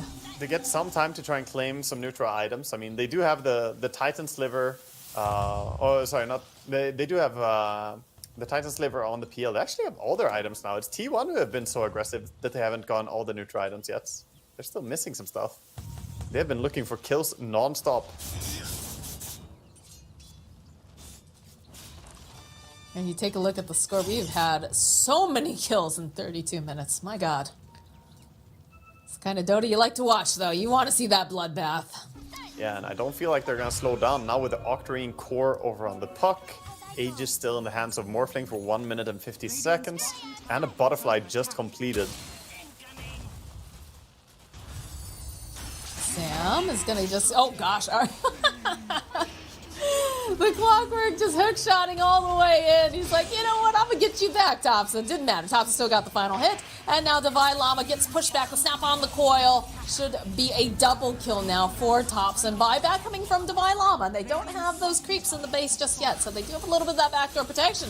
Ana being able to double turns himself into that Phantom Lancer is going to make it very difficult for them to approach, as they'll take down one Rax and they'll take down the second one. Yeah, now with the Butterfly, he doesn't lose all his mana immediately as well, so he is a little bit stronger against this harassment coming out from the Spirit Lands. They still have another 56 seconds on this Aegis, so they want to make it count. They want to make this work here. This tower going down pretty quickly. Cuckoo just continuing to throw out these soul rips to keep Ana alive. Been doing an amazing job as a medic. Forward, a little bit of a glimpse back. The hook shot onto the very back line, over onto Alex Zephyr. He's going to be able to just push him out, and there's not going to be any sort of worry coming from this Earthshaker. The Global Science already used. It looks like Zephyr, okay, yeah, he's gone a little bit too far, but he served his purpose. He's made them open up quite a bit as now Thompson jumps in. Dreamcoil on the back lines. Echo Slam comes out from Alex. And he'll be able to get the kill on alone, but they're still trying to force him out of the base, and it's proving to be very, very difficult as Sam is forced to buy back now. They want to try to punish them for this. Whitemon sitting so very low. Eve set so far apart, but it's a triple kill now for Ana, as he's going to focus down over onto Aegis Divine timing? Llama. Aegis, though, will get reclaimed, so they have to be very careful. But now Divine Llama, perhaps he got too greedy, perhaps he got too excited about all of this, as they will go use the Manta, turn back around, and that's an ultra kill for Ana. Death on Alex as well. There is the only one person left is Sam. They say give him the rampage, and there it is. Double. It is going to be a godlike. split 1-1. What a beautiful team fight there. Last team fight for T1. Taking the game and securing that there will not be a tiebreaker between these two teams. And that was a really cool fight. The last fight there, Ana was waveform dodging the Shaker Echo Slam coming in as well. But I think, at least from Wildcard in this series, we saw in Game 1, they can play really good and they can make things happen. They can really coordinate. And there was such a glimmer, even in Game 2 here. I think they had some chance to maybe take this game, but at some point T1 just switched into higher gear. They had a very, very aggressive draft and they played around their puck so much, and we saw how great they were at catching people. We didn't really feel the impact of Broodmother in this game, I feel. And Eve was just not allowed to have that comeback as a carry. He couldn't farm his way back into this on PL. Yeah, I think things go a lot differently if Divine Llama is able to kind of launch off using his Bird Mother, but they just did not give him any just possibility of it in this game with the aggression, how they played. In fact, you can see now as we look at the scoreboard, Ana having a perfect game, 18-0-2 on the Morphling. Close perfect game here for Thompson, nothing to sneeze about, 10-1-16. I do have to say that Cuckoo, with those soul rips, I can't tell you how many times he saved Ana. He's just right on the cusp, and he was able to keep him alive. Definitely very impressive in my book. Who would you say is your MVP, though? I think I would give it to Ana in this game. He played a really clean game on this Morphling. First of all, his laning stage on bottom was very impressive. He got a solo kill on Divine Llama as well. On his Morphling against Broodmother. Like, I don't feel like this matchup should be as good as it was, but Ana played near perfect in this game and joined a lot of fights as well. He was definitely not just farming. He was involved in quite a few kills. Yeah, he played very, very impressively. I think it was like 2 kills during the laning stage. Looked incredible, but you know what? There are other people here that would love to talk about this match. So Aga and I, we're going to say goodbye to you. Good morning, good evening, wherever you are. And we're going to send you over to the panel. Thank you so much, Moxie and Waga. They were just absolutely fantastic in that final series for our group stages. And Fia, T-Panda, I definitely have to hear some of your thoughts. If you want to go first, Fia, about this wildcard T1 series and the fact they ended up taking 1 game each. Yeah, well, what can you say? Morphling won both games. You know, like, That's it. That's you the tried whole to analysis. counterpick it, right? Like, here's the issue, right? Like, both games, Morph won his lane. Both games, Morph was picked really early on the draft. They tried to counterpick it by picking a Drow. Drow lost the lane pretty hard to the Pango in game number 1. And the second game, we saw Appeal lost its lane really hard to the Undying. So you can try and counterpick the Morph all you want with these heroes, but if you lose your lane, it's going to be hard to get back into the game and like contest this hero when this hero is just beyond godlike in the game and you're struggling to have a game from a bad laning stage. So shutting down Morph in the laning stage seems to be a struggle a lot of teams are having right now. Like the Broodmother got killed by the Morphling like 3 to 4 times in the laning stage. Same thing in the other game. Cuckoo's Axe struggled to deal with the Morph in the laning stage. So this hero just kind of is still persistently being an issue for teams to deal with, and not only the laning stage, but it's scaling as well. Yeah, would that be the exact same analysis for you, T-Panda, just Morph? What can I say? I mean, Fear's basically said everything you need to know. I don't have much to add to it, to be completely honest. I mean, Wildcard taking off a game, yeah, that was pretty impressive. Yeah. It was a 50-minute grind, but a tie series just isn't enough for Wildcard. I mean, it is also about the tenacity that the team has to be able to push through such a long game. While that series was going on, we also did have our A-Stream series finishing up, and that was the Polaris up against VG game. And I know T-Panda, you had some pretty close eyes on that one as well, because I don't want to say it was it wasn't a do or die for Polaris, but for Nouns, right? For them to have a chance for upper bracket, they were rooting for Polaris to be able to take some games. Yeah, the series, like you said, was basically for VG Gaming to gain some points for themselves. Can they get to the upper bracket? Just needed one win for it. But, you know, a 2-0 score in the end. That also means that Polaris loses their positioning in the group. We'll talk about standings later. But still, the first game, there wasn't too much to mention about it. VG first faced Morph and Marcy. They won every single lane. There was a last pick Tidehunter, which had find the sniper, ravage the sniper. Didn't work out. So that game was very, very one-sided. But game 2, basically the carry SF got off to a pretty strong start. You got 6k net worth 11 minutes in. Couple good picks coming in from Polaris 12 minutes in with the support mag RP to get the Void Spirit. Very early game reliant hero because he does only have flat damage. Doesn't have that great scaling. But it didn't really stop them there because Vici, they pulled off a 7k lead 20 minutes in. And you run into this situation where a lot of players start to think, maybe comms-wise, maybe emotion-wise, like, guys, we gotta do something. You know, like, you get that feeling that we need to do something, or do you necessarily have to? But Polaris, they decided to go for a smoke. They got themselves the Shadow Fiend with the Chrono, but it just wasn't enough. You know, you're running out of tools. There's a huge difference in net worth. It was already like 10 to 15k, and Frisk and Erica really made this the game. Like, we saw some really cool stolen Chronos. I think this was one of the fights where Rubik basically has the Chronosphere to finish off the fight at the end. They got the initiation out of the Tusk. Night Stalker silencing up people. That's really, really awkward. And you got Natsumi, gets a Chrono, but he can't quite finish off the SF Satanic on bang, bang, bang. And this is where Frisk is like, I'm going to help you guys. Let's kill this guy. Let's get Lelouch out of the way. And he did another one on the high ground as well, where he basically finished off with that same stolen Chrono. You can see that they're happy. Guys, we're going to the upper bracket. We're going to get ourselves maybe into second and third place. And this game was, you know, VG Gaming showing the hunger and the will. Yeah, I do like to see the animated reactions from the VG boys, 100%. But Via, are you a little bit concerned about Polaris, even though they had a stronger showing at the start of the day, falling 2-0 to VG? Is that worrying or not so much?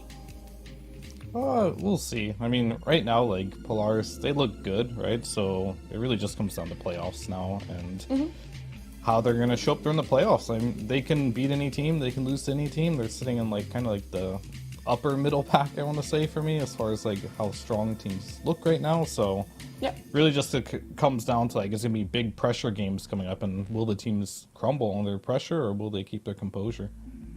Yeah, let's keep the highlights rolling though, and let's have a little bit of a look at that T1 versus VP game that happened earlier. I know game 1 stood out for you, Fia. It was one that T1 ended up taking. The series was 1 game each, but this game 1 specifically you enjoyed.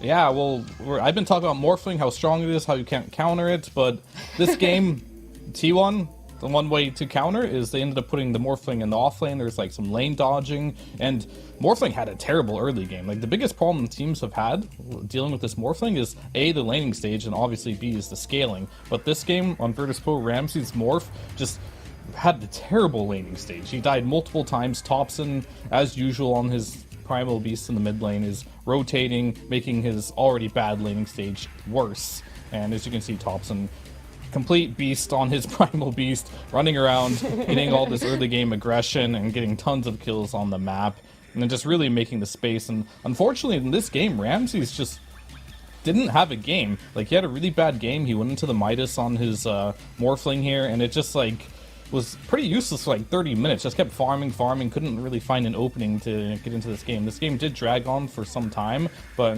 T1 did throw a little bit here and there, as you'll see here, even though they have a good early game lead. But at the end of the day, they were able to, like, be resilient and take the win. It was mainly back off. I think we might see the highlight in a little bit. It was Whitemon ended up getting an Agnum's Blessing from the Roshan pit and just killed the Morphling without buyback, and they just ended the game. So as you can see, Ramses, he had a real rough one on Morph, and this is kind of how you deal with the Morphling. If you can, the Morph just has to have a terrible start to finish for the serial to not look very good. Do you think it was more down to the lineup that T1 had, or more how they played it, and there could have been, you know, a hero swap here or there, and it still could have gone in their favor, seeing how they played this game against the Morph here? It was mainly about the laning stage for me. Like, they chose to, like, put Morph in, like, an aggro situation. There was some lane dodging, and so Morph ended up in the off lane playing versus, like, the Slark Finno lane, and they just kept chasing him down, and Morph just did not have a lane in this game. He had a very hard time recovering. As you'll see in pretty much all the highlights, Ramses here just really struggling to make anything happen. Did you just curate this highlight to just try and be like, no, Morph is balanced. It's fine, guys. You can deal with it. I don't think it's very balanced at all. But if you do want to deal with this hero, you do have to like focus your whole like laning stage and everything to like deal with it. It's incredibly strong hero right now, and Slark has been a pretty decent response to it that we've seen. So.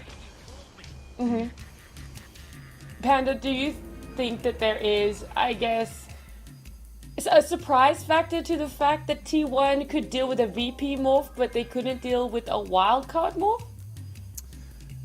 I mean, very, very different teams, very different games. I guess, you know, like draft results and execution have been a bit different in both of these series. So I guess what Fear is basically saying about like it matters about the laning stage. Like you can still pull off a completely different setup for yourself depending on what kind of support matchups you're going up against.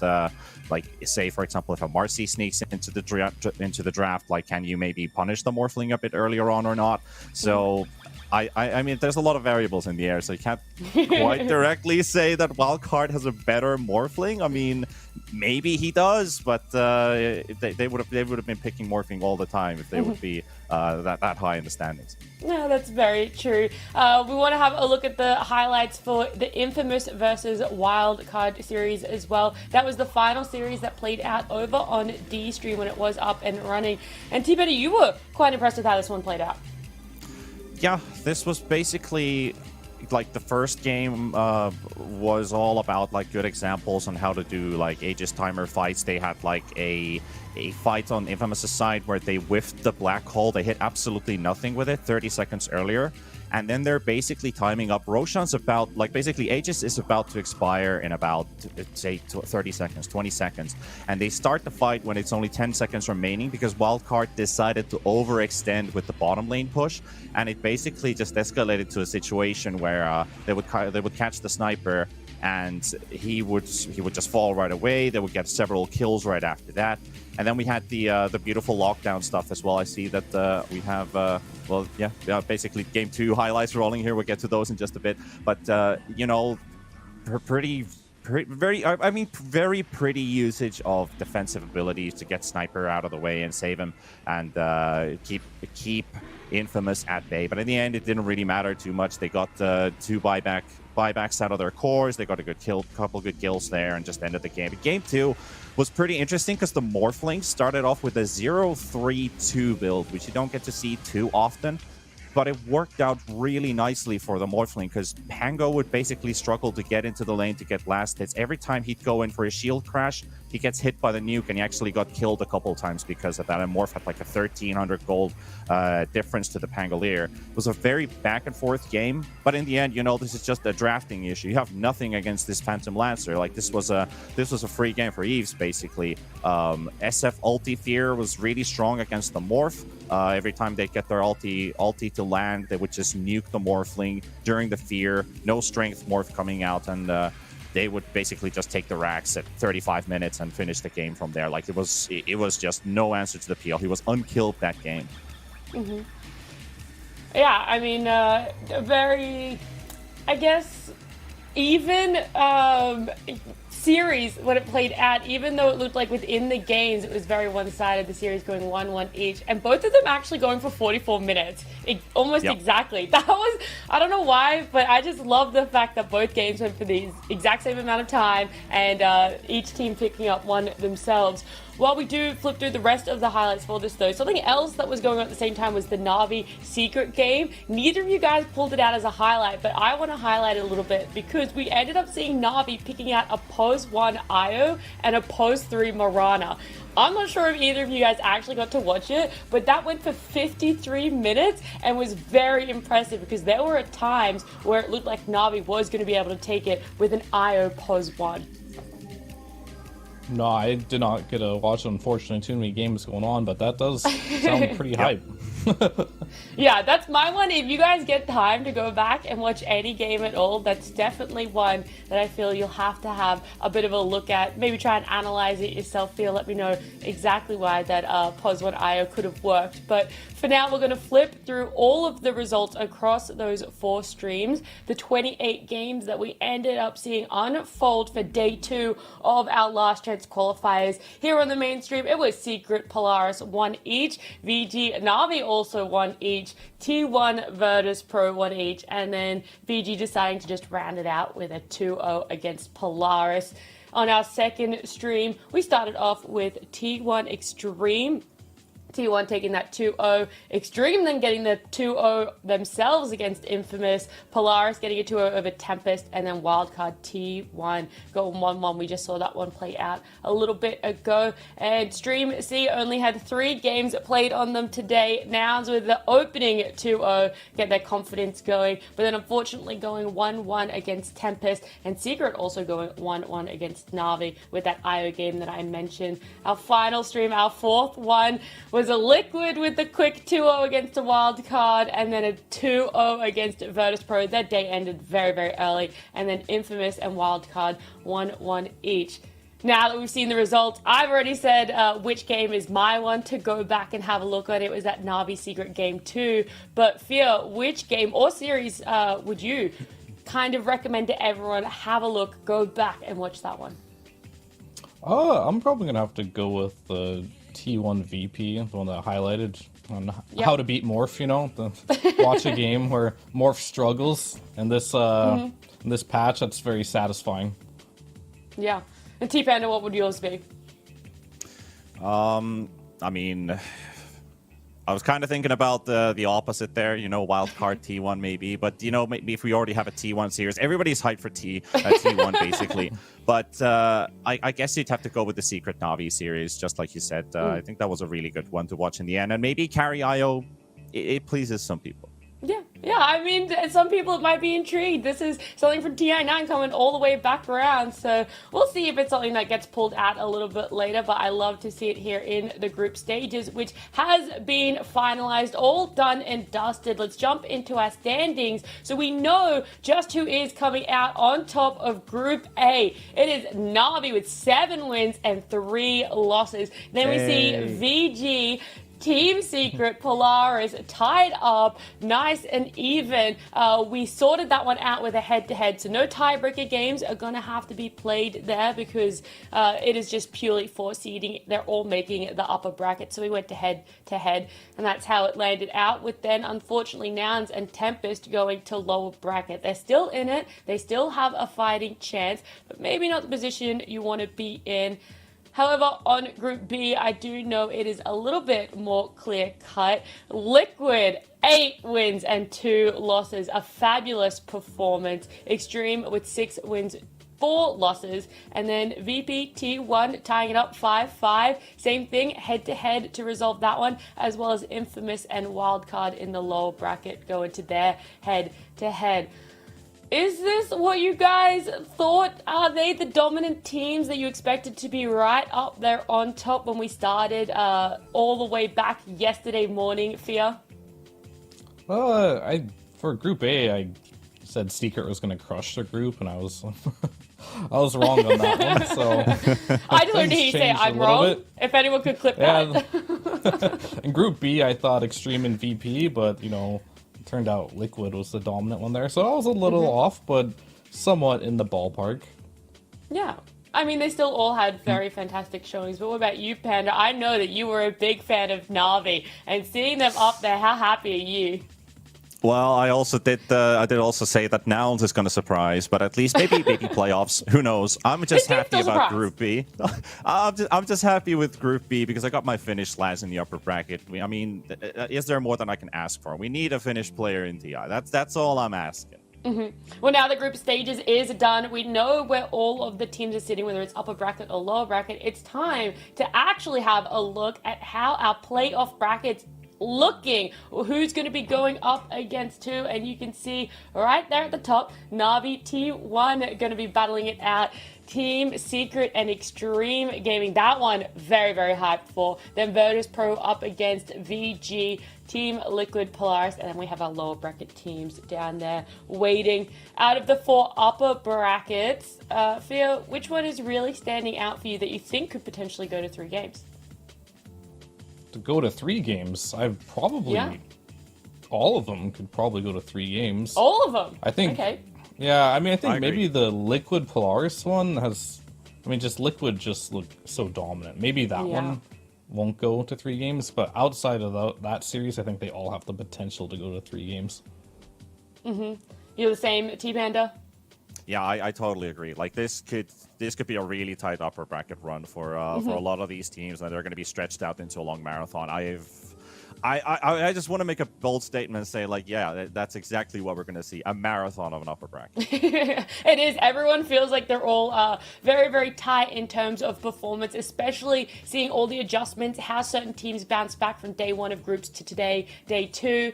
But we saw our bracket, how it's going to play out. So let's have a look at our schedule, because it is going to be 2 streams going on at the same time for the beginning of our playoffs. And stream B is going to start with that Secret Extreme, and then Liquid Polaris best of 3s happening. Obviously, the losers will then be going up against Tempest, Nouns. That's TBD. It's going to be interesting what prep work is going to happen for Tempest and Nouns, are waiting for who they might potentially be facing. And then on the mainstream, that means we are left with the Na'Vi T1 series. I say left with, we're hyped for the Na'Vi T1 series, and the Virtus Pro VG for then Infamous and Wildcard best of 3s later in the day. It's very jam-packed, a lot of games, potentially more games than what we saw over, day 2 of groups. That was quick maths on stream, and as they say, never do that, and I did it, and now I look like a bit of a fool. but Fia, yeah, I mean, I always fall into that trap. But Fia, is there anything you want to say in terms of closing remarks for group stages? Anything that impressed you or stood out for what we saw today?